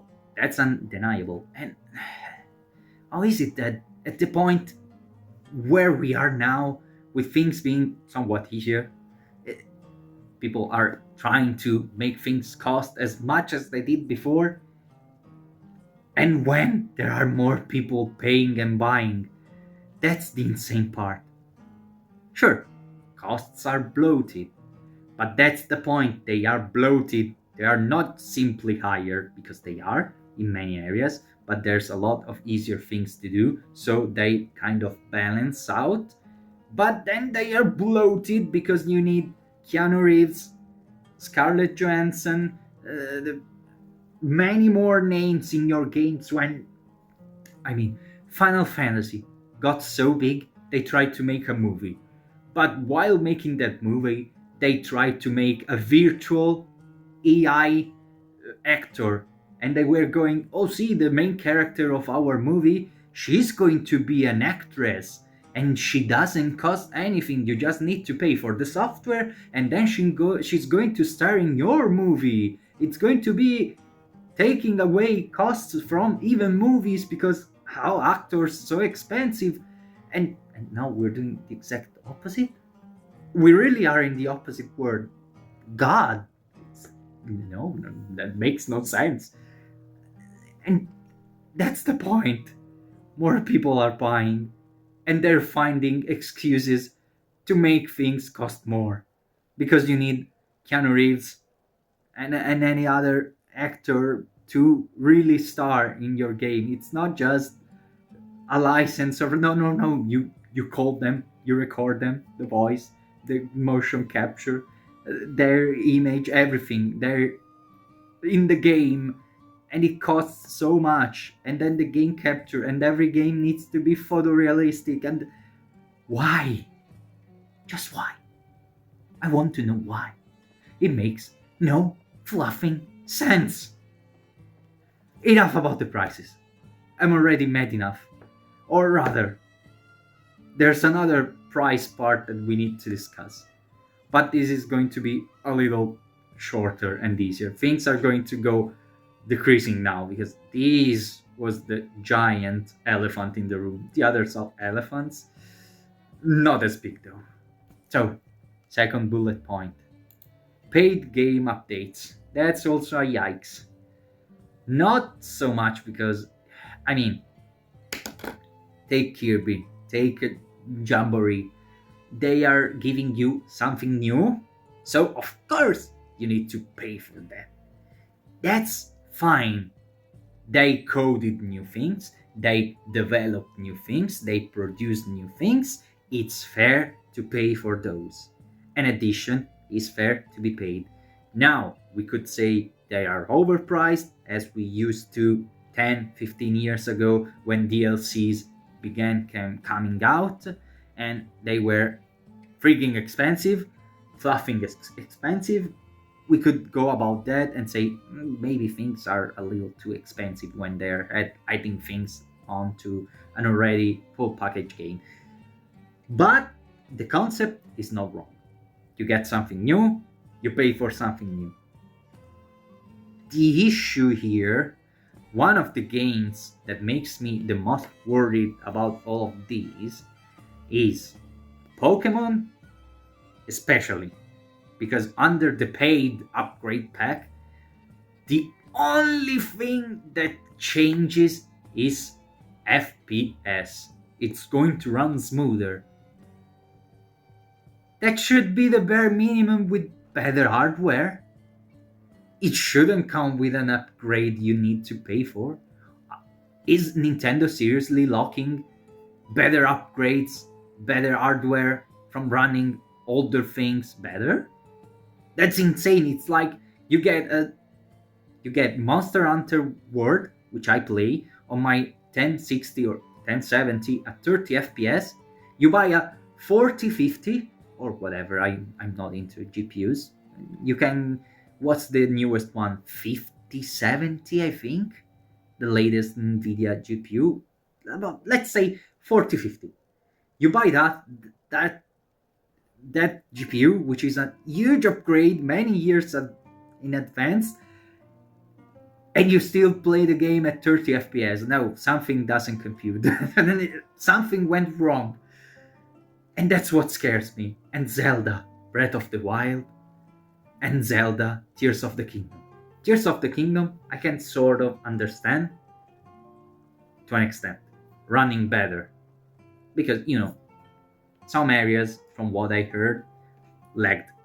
It was laggy, it didn't run smoothly in some places on the Switch 1. So, okay, on Switch 2, it runs better. But what about Breath of the Wild? It was a Wii U game, and it was laggy on Wii U. Okay, but it was okay on Switch. It played nice on Switch. Why should I pay for it to run nice when it already runs nice on Switch 1? Just to have it on Switch 2? An upgrade pack? It makes no sense. And that's what worries me.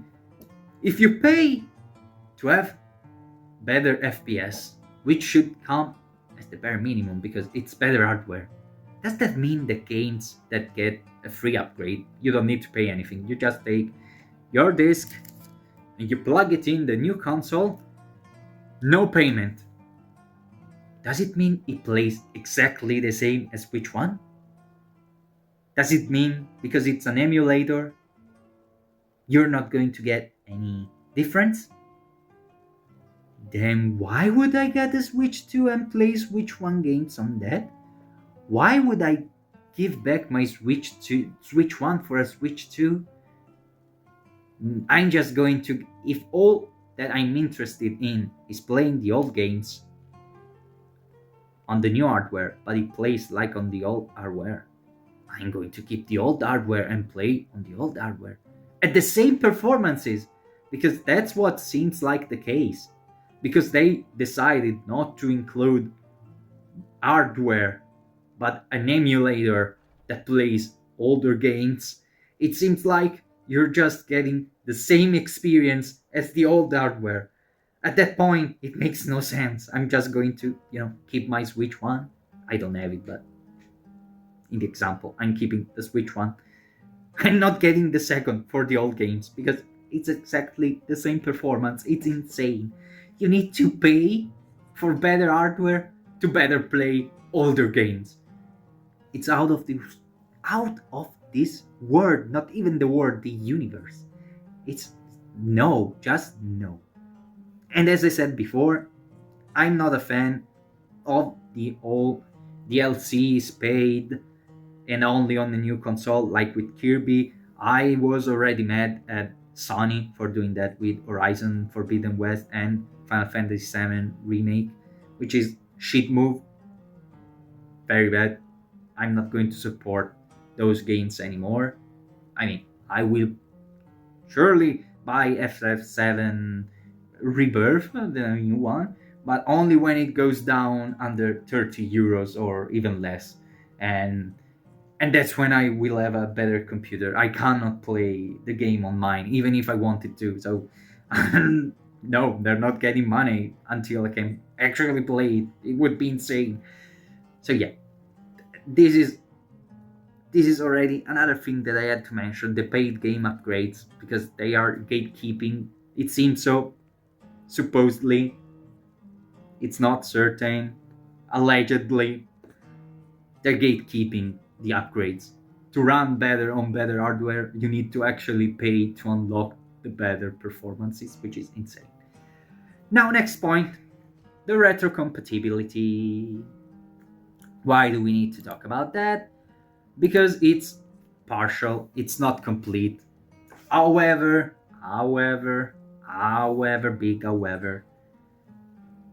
it's going to be very few games that are not compatible whatsoever, and it's probably going to be stupid, silly third-party games, which probably no one will miss. So it's something you can cover your eye for, close your eye, whatever. You decide. If you want to close it, close it. If you want to cover it, cover it. But yeah, it shouldn't be a big issue. There's another slight issue, however, on the fact that you've got a list of games that are not launching and that are launching but with issues. They're probably going to be patched by the time the console comes out, and looking at the games in those lists, there are only a few good games on the day launch, but they don't perform too well on the emulator that are actually nice. The others are also forgettable. So again, it's not probably a huge issue. The big games, the important games are going to go well and they're going to run. But at the same time, now let me talk about the fact that they are using a fluffing emulator when you can't do that. True, their software, their hardware, they are free to do as they want. However, at the same time, if I buy software, I should be free to do as I want with it. Do I want to mod my PS4, drop a Switch emulator on that, and play my Switch games, my cartridges that I buy on my PS4? PS4? That's a nice name, PS4. The New Frontier on my PS4. with a Twitch emulator, yes, I should be able to, as long as it's legal. Obviously, I bought the cartridges, fine, then I should be able to play them on a fluffing toaster if I want to, if I manage to code it into that, if it can run an emulator. And it's unfair. They get to use emulators in legal ways, which is fair. We can't. Even in legal ways, they didn't simply go after the emulators that were doing illegal things. Sure, there's rumors that Yuzu was also directing to ROM sites and whatnot. You could find them. Fine, because you've gone for illegal means. But don't kill off the goddamn emulator, because there are people that are actually buying Nintendo games and using the emulator to play them on their PC because they run better. And it's unfair to block that when you yourself are doing the same. Otherwise, release your damn emulator, the one they're using on Switch 2. Release it, make it available, so that people can play their games where they want, if they buy the cartridges. But no, we are to be admonished. We are to get the MCA. We are to lose all the emulators while they use them. How nice. And this is a small parenthesis because I'm not listening to anything.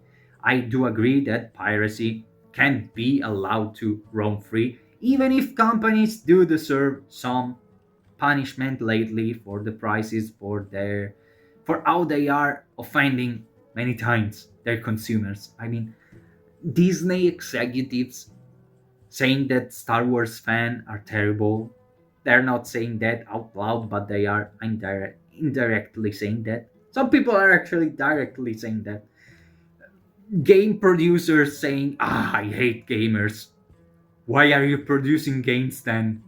If you hate gamers, you wouldn't give them things to do. You'd try to not be in the industry, because if you make a game, they're going to be technically happy. They have something to play. Why are you even in this industry in the first place? Are you insane? Yes, short answer, yes. You're insane if you're like that. But yeah, you can't. I'm making the pen. Let me grab it again. I'm making the pen. Whoever buys this pen is a shit of piece of paper, and is a massive idiot, and they have a big nose and are stinky poo, smelly losers. Who's going to buy this pen? No one, rightfully so. They're actually going to get very mad at me, and if someone bought the pen before and they hear that after, they're going to ask for a refund, burn the pen, destroy it, throw it away, get very mad at me, and they are right to do so. It's insane. It's insane. They shouldn't do that. But no, it's fair. People are always defending the billionaire companies because, oh, poor them. So yeah, a little bit of piracy at times, it's fair because they need to be more accessible. I'm not saying they need to be all loose companies that give everything away for free. That's okay. I can't really show you. Maybe I could. No, it's too big. No, wait. I should be able to. It's over here. I should be able to. Oh my god, I'm breaking everything now. GG me. Okay, see? These are my physical games. I'm going to show you something. No. Damn me. Yes, I can. To some extent. Okay? Final Fantasy X and X-2 together. PS4. Now, keep that in mind. Final Fantasy X, X-2, okay? PS4. Now, where is it? Nah, these are Wii U games. Where is it? No, seriously, where is it? Oh no. No, don't tell me I've got it in the... Oh no, it's probably in my PS3 still. Oh, 1 second. 1 second. Where is it? Where is it? Oh, there it is.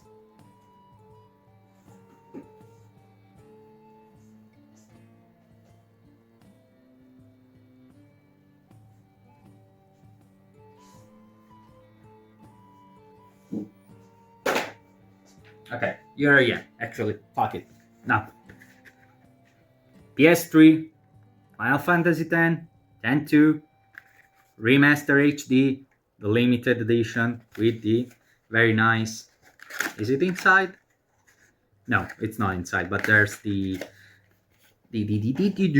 art book as well in this version. The PS4, I got the base one because of course, and when it was discounted, of course. I'm not that stupid to pay full price twice. But yeah, these are all CD-ROMs, music discs, Xbox 360 games. Now the PS2 games, here we are. Where is it? Oh no, that's missing too. Gosh darn it. What do you mean it's missing? I only got... No, there it is. Devil May Cry 3. Final Fantasy X, PS2. Final Fantasy 10, 2, PS2. And then I've got a second copy because a friend of mine gave it to me long time ago. It's PS2 games, it's long time ago. The second one. See, I've got two. They're the same. Original. Friend had it. He was no longer using his PS2. He gave it away. So he gave to me the game. And I do have that. But see, I'm not afraid of buying games. Even multiple times when they are actually worth it. When a game I think is worth the price. I have Final Fantasy X and X2 on Steam as well. I have Dark Souls on Steam. On PS3 and the remaster on PS4. I don't have the remaster on PC, on Steam. That's too much. I'm not going to pay another time. I don't even have the money. I bought games more than once when I had those little job experiences. I had something that I could spend. But yeah, I'm not afraid of spending. I really am not. If the price is right, if there's a discount on something I already own. But when you go too far, when things are not accessible, I can't do anything other than download. There are some games that you can no longer purchase. They are not being sold. What are you to do? Do you want to play those games? Maybe. What's your option? Download. It's the only option. Sometimes. There are some game libraries that do give you access to all games, but they are super expensive and it's not worth the price. And it's the only way at times. Now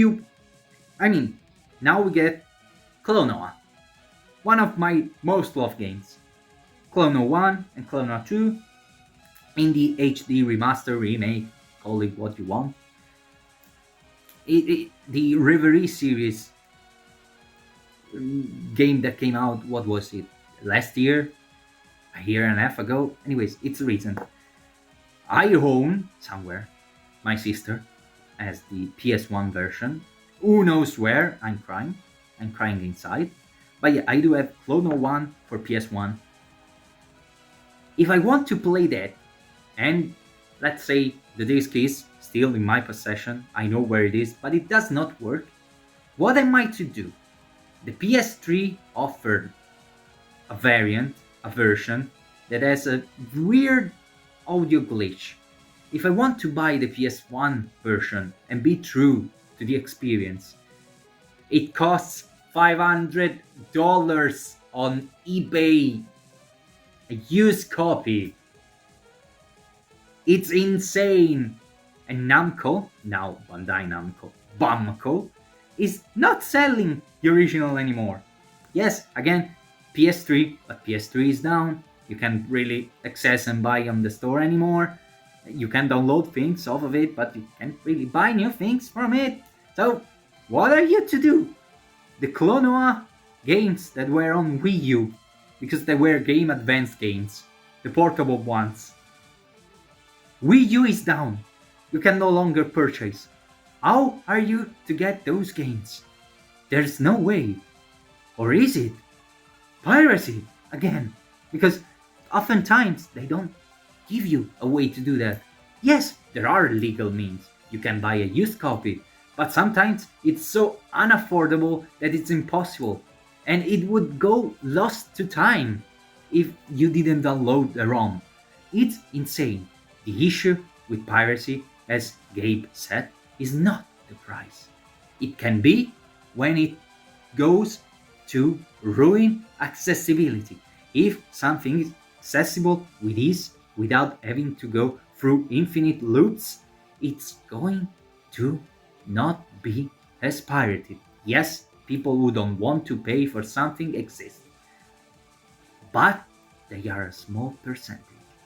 Most often than not, games on PC that are recent are bought from people and then they download the ROM because there's no game cheating prevention engine that keeps on bugging down your computer performance and making things slow. And otherwise, you don't need to go through 8 launchers to get to play the games. Like you could buy an EA game on Steam and then you need to get Origin to open up, or was it now it's EA launcher, what's the name, I don't know, but yeah. And you have Ubisoft with its launcher and you have Rockstar now with its launcher, and so people will go the easy way. Maybe they buy the game legally, but then they play the ROM because it's much easier and it's not needing an account, actually 3 accounts, and it's not needing anything of the loops of going through 1, 2, 3, 4 launchers. It's insane. It's insane. People have gone nuts in the last few years. They don't care about how easy or accessible something is, and that's the main issue. That's the main issue. And money can become an accessibility issue when things become a luxury. I'll borrow an example from someone that I was arguing with. We were quite heated, but it was not real fighting because this is a hobby. We don't need to fight to discuss. You are free to think as you want to, even if it clashes with my opinion, obviously. But yeah, I'll borrow their example. We were going forth and back and forth and back and forth on the whole discussion about prices. But things cost more in the but now they're costing more because the expenses are more. It's only fair for things, even games, to go higher in price, and it's always been a luxury to game because it's not a primary need, which is true, it's fair. But at the end he went, oh come on, you're being silly. You can't expect people to go demand a Ferrari for very little money. Of course Ferrari costs a lot, they're a luxury item. And that's when I said, ha, GG, you just played yourself. Now think about Ferrari. It's a car model, but that's not the car model. It's not even the average car model. That's the luxury car model, which is an exception. It's something special. It's something higher. The average entry tier level car is not Ferrari. Thank God. I'd say I'd rather have. It's not that. It's a luxury. And what I mean is, you can have $90 games that are insane, revolutionary, absurd, maybe overpriced, but the entry level should not be that. We can't afford to let games go that high. And we can't afford to let them kill things off like physical copies. The retrocompatibility, the paylock, the performance boost, the fake physical games with the game key cards. You are buying a game key card as if I was buying one CD, let's say this Dark Souls 3 CD, and it's got the cool image, everything, it looks so real, so nice. Then you find out it's not actually Blu-ray disc, but it's, you know, a CD from the early 2000. It's got maybe 200 megabytes of space, and all there's on this disc is nothing more than a string of code with a key attached to it. You plug it into the console, it boots up the store and goes, okay, redeemed this copy of the game, now downloading. And when the eShop will go down, you, in this case, the PS4 shop goes down, you can no longer access the store. And let's say you plug in this again, you uninstall the game because you haven't played it in 10 years, and you decide, oh, what, I want to play it again. Disc inside, nothing happens because there's no game. It's fake. You are paying extra for nothing, for hair, for what you breathe, for nothing. It's stupid, it's absurd, it's a scam, and it's trying to kill off physical games, which are a way to prevent games from being lost, from losing what you pay for. If I buy this chair, whoever makes this chair can't come in 10 years and tell me, oh, you know what, thank you, I'll take it back. Sure, give me my money back.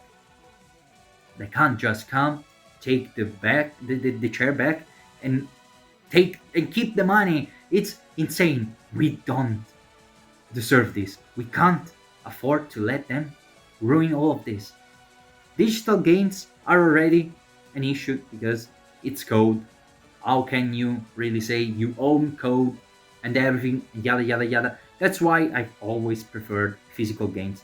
True, digital games go on discount way often, are easier, way more comfortable to share at times. If you have a girlfriend and you share the same computer, and maybe with consoles like PS4 you could pay the subscription and it could work on two consoles in a way, because if you use the user that paid the console that he owns or she owns as the secondary one and the primary one, the other, all the accounts on that could use the PS Plus subscription, and you could that way buy two games and play them, pretty much buying them just once, game sharing on Steam and everything.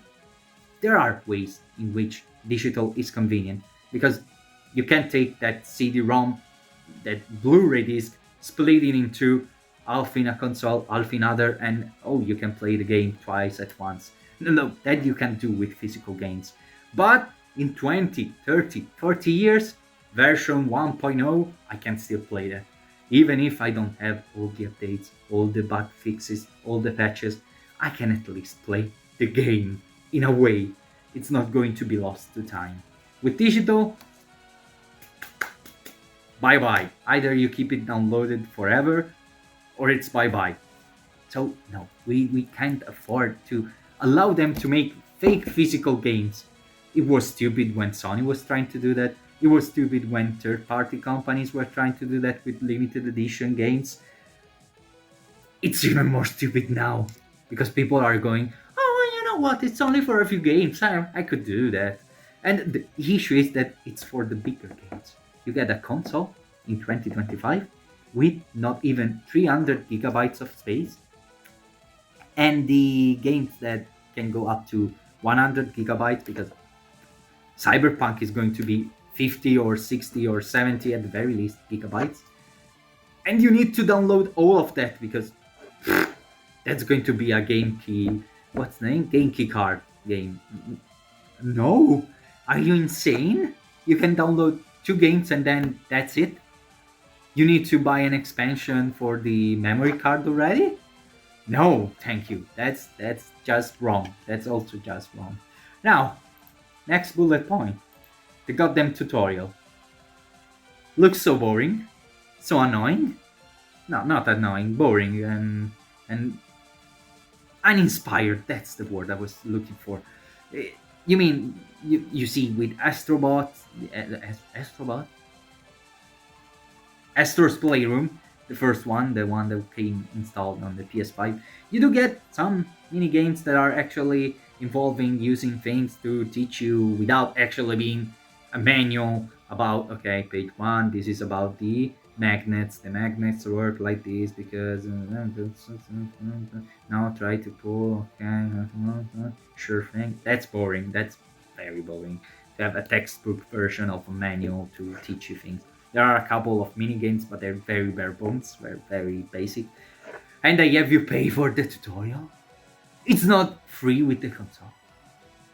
I need to pay to learn to use the console. You can suck my. I'm not saying. But yeah, no. Just no.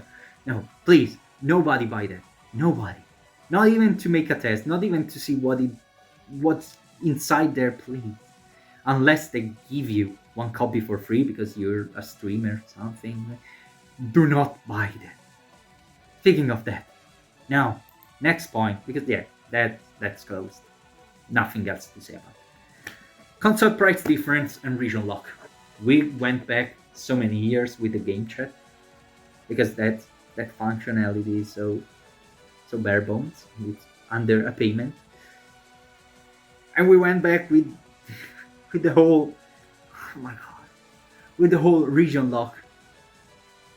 Japan only console with Japanese costs way less and it's region lock, so you can't import it because they knew people would see the difference and go, if I spend 350 for that console plus 30 for expedition costs from Amazon from Japan, it's going to be 380, which is way less than 460, 470, 500. They knew, and they prevented that. But we've gone back so many years. PS2 levels, maybe PS3 was also region locked. I don't know. I've never been too into region locking or playing other games. I didn't have the internet initially when I had a PS2, so who even knew that games were not coming out here? That this Japanese company making this console was keeping some games that were only available in Japan. Who knew? I didn't, obviously.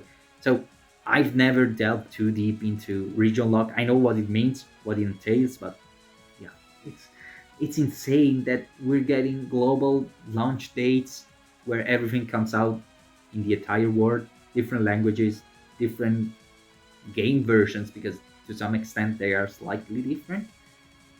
And now it's back to region lock. That's insane. That's insane. And as I was saying, there's no way that you have such a difference because of delivery costs and because of translation costs.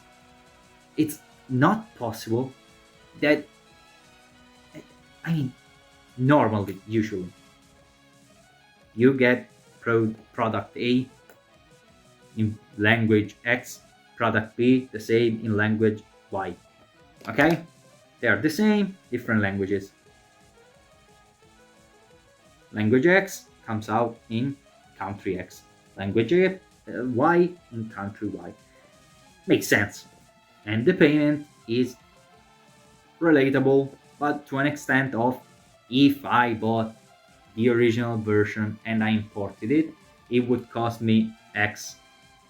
So it's around that, because Nintendo, to export things, is not going to pay the same as a private as I would if I took something from Japan and I brought it over. They're going to pay less because they have all the relationships, bonds with other companies, with delivery companies, with translation companies, yada yada yada. So to them it will cost less. They will make you pay the same as if you imported it or something close to that, because they need to earn something, and it makes sense. But it's insane that if you somehow manage to snatch a Japanese region lock console, you'd be paying less with exporting fees than you would by buying the counter product that is being released in your region. It's insane. It makes no sense. It's another way that shows they lost the plot. There's no way that a private should spend less to export something than an actual company import something than the actual company to export it. It explodes my mind, and not in a good way. Now, next point, the paid chat and the C button. I mentioned that at, when I was making the short variant, and it's pretty much the same. It makes no sense. Sony, egregious, very greedy as well. They've been proving that in the last few years. They lost the plot too, but not to this extent. Now Nintendo makes a very old Discord model, Telegram, call it as you want, within the console that doesn't rely on a mobile phone and its app anymore. But at this point, you're so used to having Discord, Telegram, whatever, that you probably have other means to chat with your friends. But let's say people are new, young people, so they can actually use that. But you need to be always subscribed to use that. So at some point, you really will have a useless button that will be mistakenly pressed, and it will boot up some menu that says, "Oh, to use the chat, you need to renew your subscription. It's only at month. Do you want to add your credit card number so you can purchase?" And if you say no, it's useless. It's a button that's there and stares at you.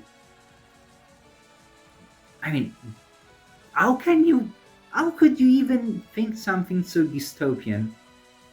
I write books, I write novels. I would never dream of something like this.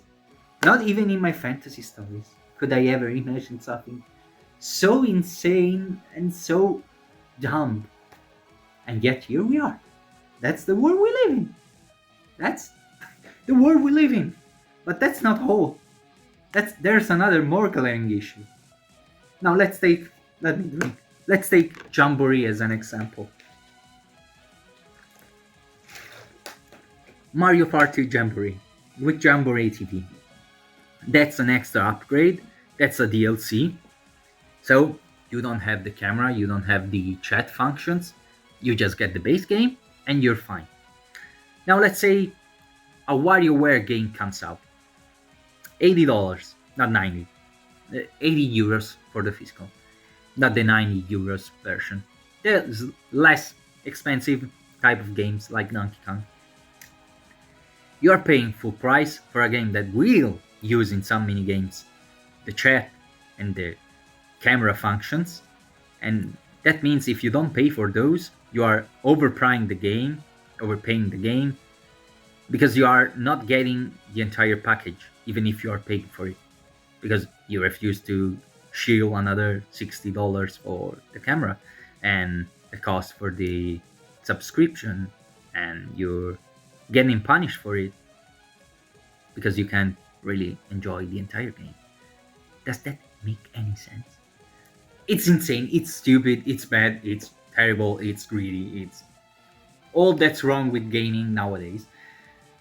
I'll stop it here, but you get the point. You will eventually get games that rely on those from the start, not DLCs that add upon. No. They come in with things that need those to be played, and you're expected to have those. Otherwise, you pay full price, and you don't even kind of use everything in your game because you poor. No, just no. Shaking my head so bad, so hard. Now, next point, something that is my opinion and pisses me off. Companies are thinking that the average gamer is also a streamer. Hello, I'm starting to be a YouTuber because of you, Nintendo, so send me games, maybe? A console for free? We could be sort of even like that? Not really, because then the game costs so much and other people would still need to pay that price, and no thank you. But yeah, jokes aside, they are thinking that either you're rich and you can afford everything, even when it becomes a luxury, because you're so well off that sure, I can spend $2,000, euros, whatever, every few months just to play games. Otherwise, you're someone that can have tax relief over games they buy and consoles, because that's my work equipment. I'm a streamer, I'm a YouTuber. I work with this, and it makes sense. It's fair. If that's your job, it's fair that it's tax relief, because you are using that for work. It's true. You're not making excuses. Of course, it's true. You use that for work, so it's fair. It's fair. But not everyone falls into that category, and not everyone falls in the other. And it's not that it's 50-50, 70-30. No, it's maybe 10-10, 80 that are outside that spectrum, which is insane. It's not fair. People shouldn't be streamers, influencers, YouTubers, whatnot, just to enjoy games, because they can get things for free or with discounts, or at the very least they can have tax relief because I work with this. No, that's not fair. Companies should not have that in mind, and it's wrong that that's the case. Next point, Switch 2 worse than PS5 Pro with the way things are set up, because as I said at the start, I told you things would get much shorter later on. As I said at the start, PS5 Pro, that's a Pro version. You can still go to the base version. You can get that one. You can enjoy that one. You have no need to buy the Pro one if you think it's shit. You can still play all the games. With Switch 2, you're kind of screwed. It's that or it's that. No other choice. So, yikes, it's much worse. It's much worse of a debacle. The conundrum is much worse. No, I didn't think it was possible, but here we are. Even if PS5 Pro costs way more and is not a price that should even be considered for a console. But this is worse by comparison, for all the reasons that I listed. Next point, they kept it all in the dark and said nothing during the direct. When they recorded, one possibility that came to mind, maybe when they were recording the stream, there was already some sort of talk about all the duties and the tariffs, and they were getting scared, so they said, we can't go on recording, it's going to cost X, and then day after the stream we need to go, actually, you know what, it's going to cost that plus 100, because thank Trump for that. That could be one possibility, but it's very slim, because as I said, it's something that you decide way ahead of time, because you're not assembling the console the day before. You've assembled the console years before, maybe, let's say months, but yeah, months before, and you know what's your cost, and you know what you need to earn. Sure, you can fluctuate a little bit with the change rates, with the economy, with how it goes and all of that, and yada yada yada, but it can't change so drastically. So I don't think that's the case. However, you can never know, maybe it was part of the recording for the stream, for the direct, and they took it off, or they didn't because they were afraid of price changes, even seeing how insane the yen is going. However, it's not very good to be so silent about such things. Even the Switch one had the price dropped inside the stream, so yeah, kind of whoops, yikes, because come on, adding a line of text to your recording to make the price as it would be yesterday, it shouldn't take that long. Even if you make a subtitle with YouTube or with Twitch, it should be possible. So yeah, no, it's inexcusable. I'm sorry. Last point, in the negatives, Kirby DLC only on Switch 2. I already explained that, and it's fairly simple. I'm not a fan of any company, Sony included, when they make the game on two consoles, or release the game on a new console and they add new things that won't go to the old console. So, in short, hi, you bought it on the old console? Hi, you're an idiot. You should have waited. And it's counterproductive in the mindset the industry is going into. They keep begging you to please pre-order, please buy day one, we need the funds. And then they do this kind of shit that actually should tell you, you know what, you should wait. No, don't buy it. Don't buy it just now. Wait a couple of years. We're going to come with a remaster, remake, improved, incredible variant, which is going to be the base game plus new stuff. So don't waste your money now. You can give it to us later. It's just stupid. It's contradictory. Like, I'm saying, please buy immediately, and I'm saying, please buy later at the same time. It's a dichotomy and that exists. It shouldn't be possible. A dichotomy is something that either or. It can't be both. And yet, they manage to be either and or at the same time. It's insane. Now, something that I've been mentioning, that I've been meaning to talk about. I've been very annoyed, it shows, very disappointed, very frustrated, and I said I'm going to do my part. Now, what does that mean? That means I am not going to bend the knee anymore.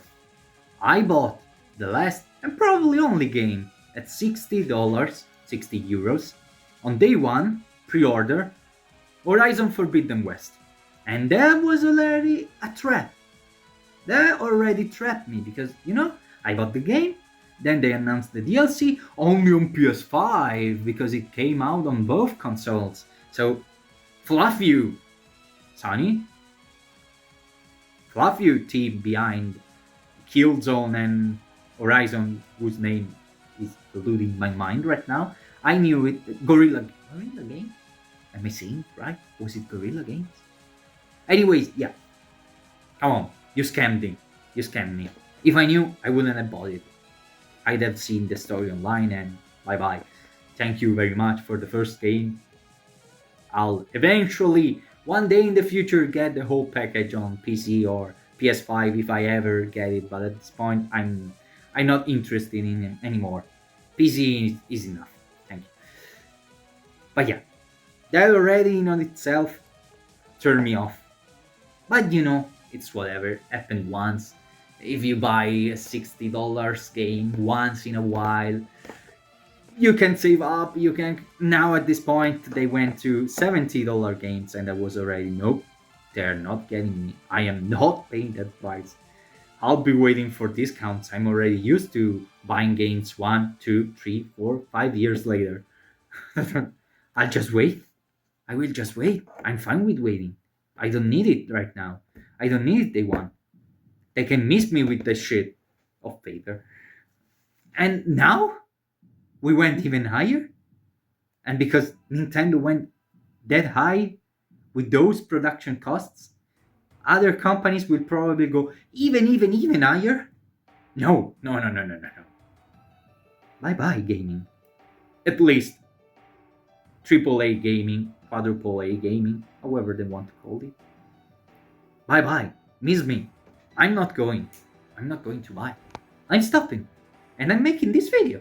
I'm making this video to make my point, to try and not convince people. I don't need anyone to be convinced.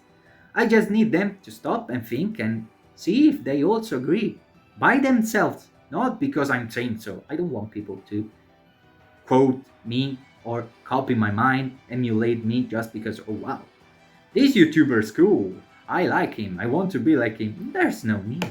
You can think for yourself.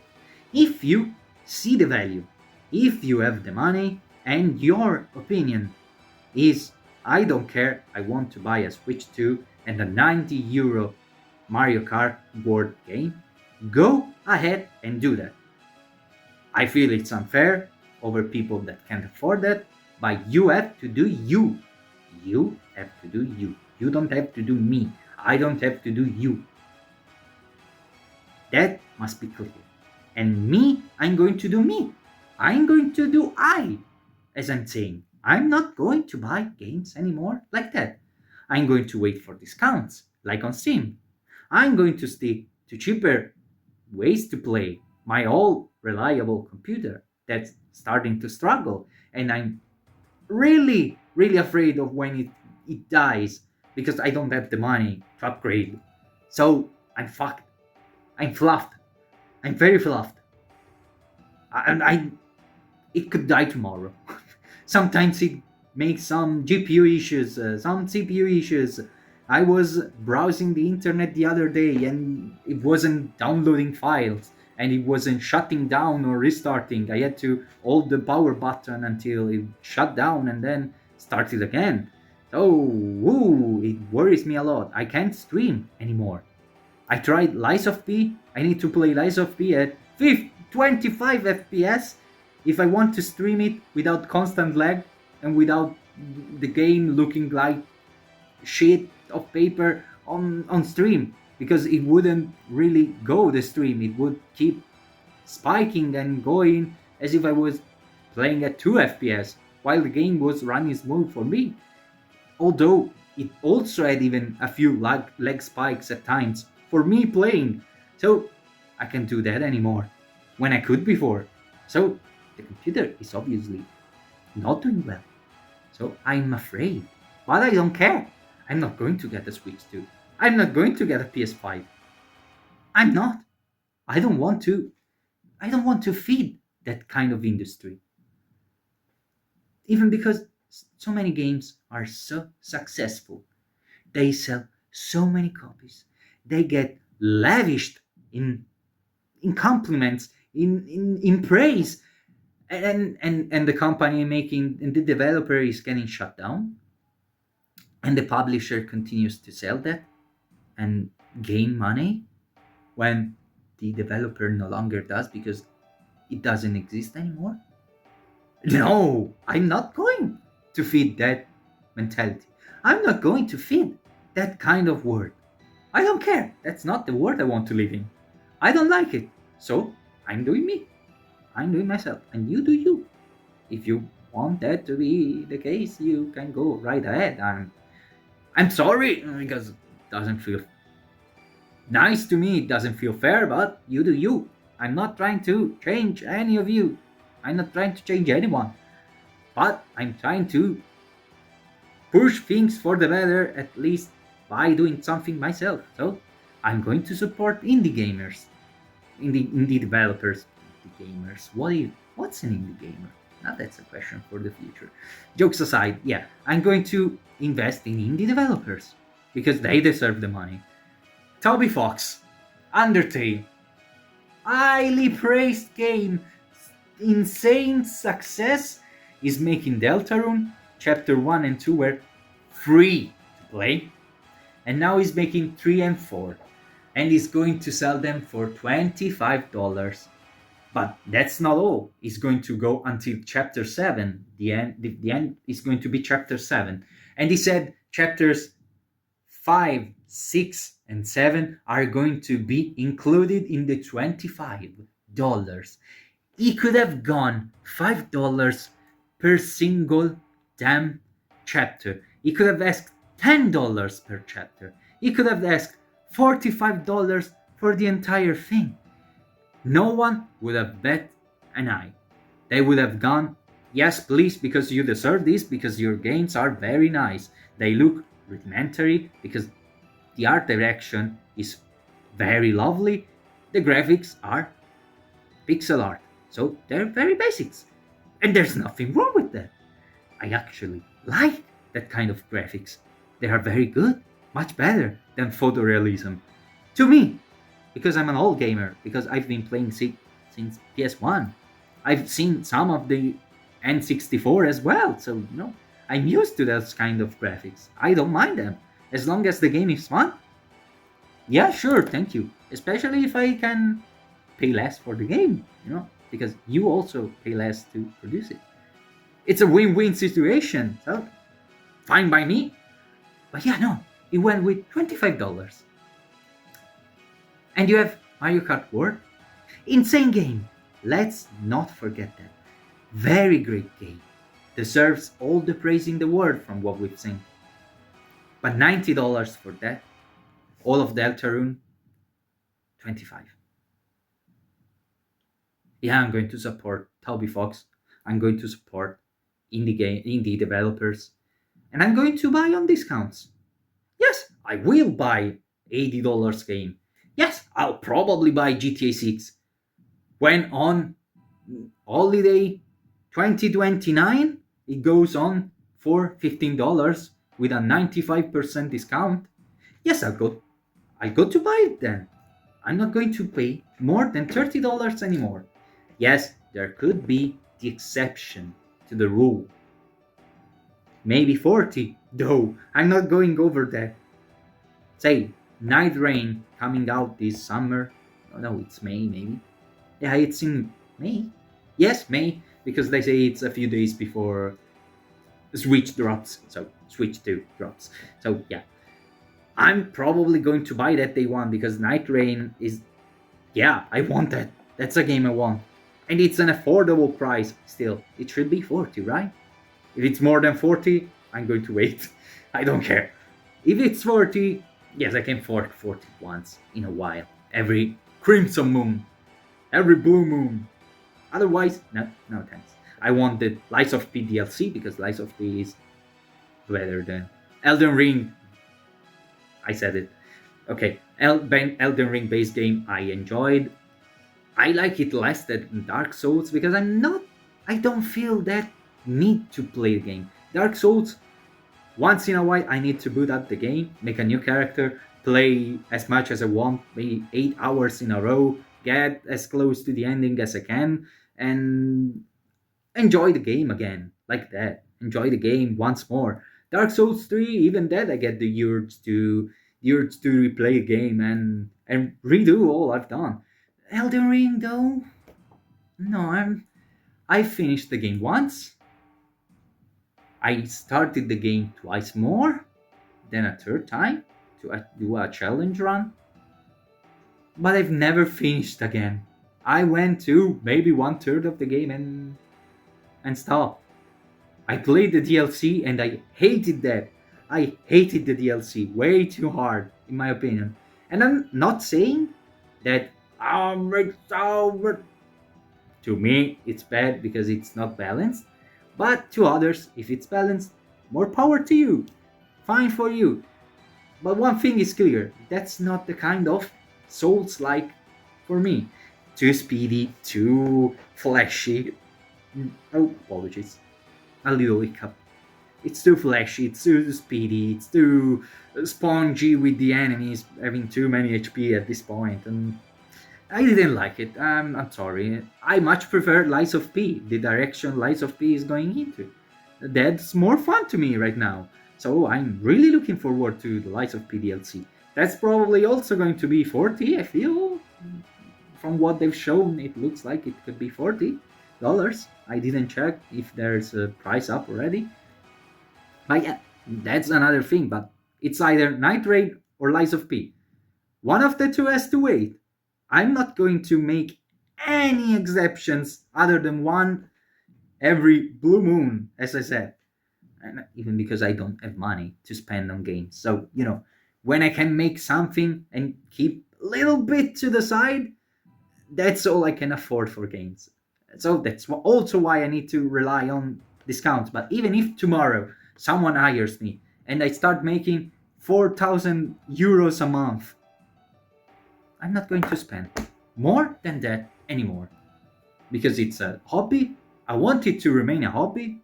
Sure, I'd like to stream from time to time. I'd like to make videos.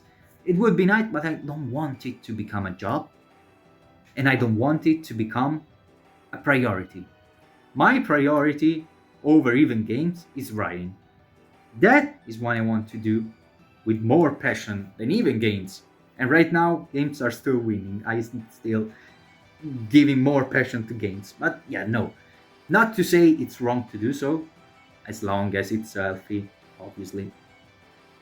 What did we say at the start? Too much is always too much, even with games. So please keep it in moderation. So I believe in all of you. But yeah, the point's that No, I'm not going to pay those prices anymore. I'm going to rely on indie developers way more than before, and I already did quite a bit, and I'm going to rely on discounts even more so than before. So yeah, that's what I'm going to do. That's my me move. What I'm going to do to fight the system. Will it do anything? Probably not. I'm, as I said at the start, one small pebble inside the entire Sahara Desert. Who even is going to notice one pebble in a random spot? However, I want to do something because I feel it's right that I do. I feel dirty, even if I could afford it, to pay that much and know, oh god, what if Person X with his daughter, son, niece, nephew, cousin, whatever, lover, maybe, they are the ones that want to game. They can't because they can't afford it because it's become too much of a luxury. Just at the entry point. I don't feel right. Even if I could afford it, I wouldn't want that scenario. I wouldn't want me to enjoy, all others not to. So yeah, this is what I will do. You can tell me in the comments what you will do. You can leave a like if you enjoyed. You can leave a dislike if you still can't see the button. Can you see still the button? I think so. I can see it, but I don't know if it's an extension or whatever that I installed time back. But yeah.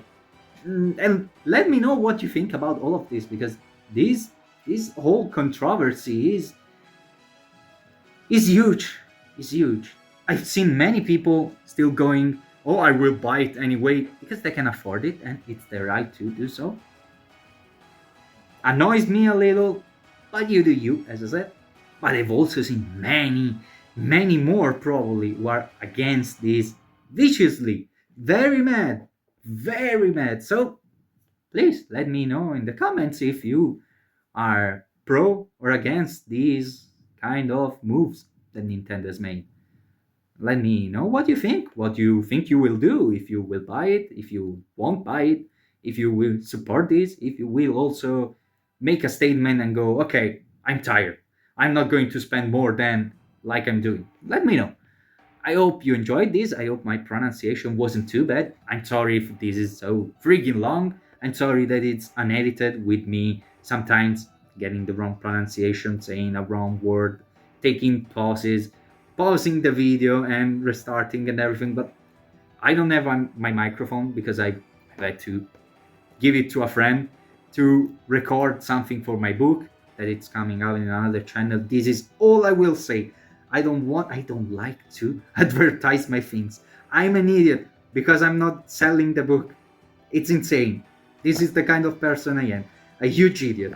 So yeah, but yeah, I had to give it away for a little bit to a friend so he could record a portion of the book to, make some kind of video, promotional video to try and have people on the right channel for the book to get interested, with a nice portion that is read by someone that can actually read, not me. I'm not very good at reading, not to the extent of making something promotional. And I don't have a camera right now. My PC can't really handle recording, so I need to rely on my phone. So yeah, if in some time I can manage to improve things should improve in general, even with sound quality, with everything. Actually, I hope everything is crystal clear. See, sorry about this. I hope everything is crystal clear. You can hear properly. There are no background noises. At some point, my mother was upstairs and closing the shutters, so I hope it wasn't too loud. It didn't come through. Yeah, in time, I hope to improve things. But yeah, I've started now. This is the first of a few. I'm not going to be consistent. Please don't hope me to make videos quite often. I'm a huge procrastinator, even with my book, with my novels. I should be writing. I should have the second book finished by now, and it's still at the start. So I'm not going to be very consistent. I'm probably going to talk about whatever topics, not just gaming, because RINNO BLABS. The entire name should have been RINNO BLABS about things, to give the context of it could be anything. But yeah, I'm going to do it once in a while when I feel there's a point, discussion, some topic that needs to be discussed, and I'd like to give my thoughts, give my 50 cents, because it's not 5 cents alone. This is 50, if not $5. Yeah, it's probably more like $5. But yeah, I hope you enjoyed so far, and thank you if you managed to get to the end. Thank you if you listened to the bullet point list at the start, which was already bloated by my comments to some extent. I'll see you again in the future. Bye bye.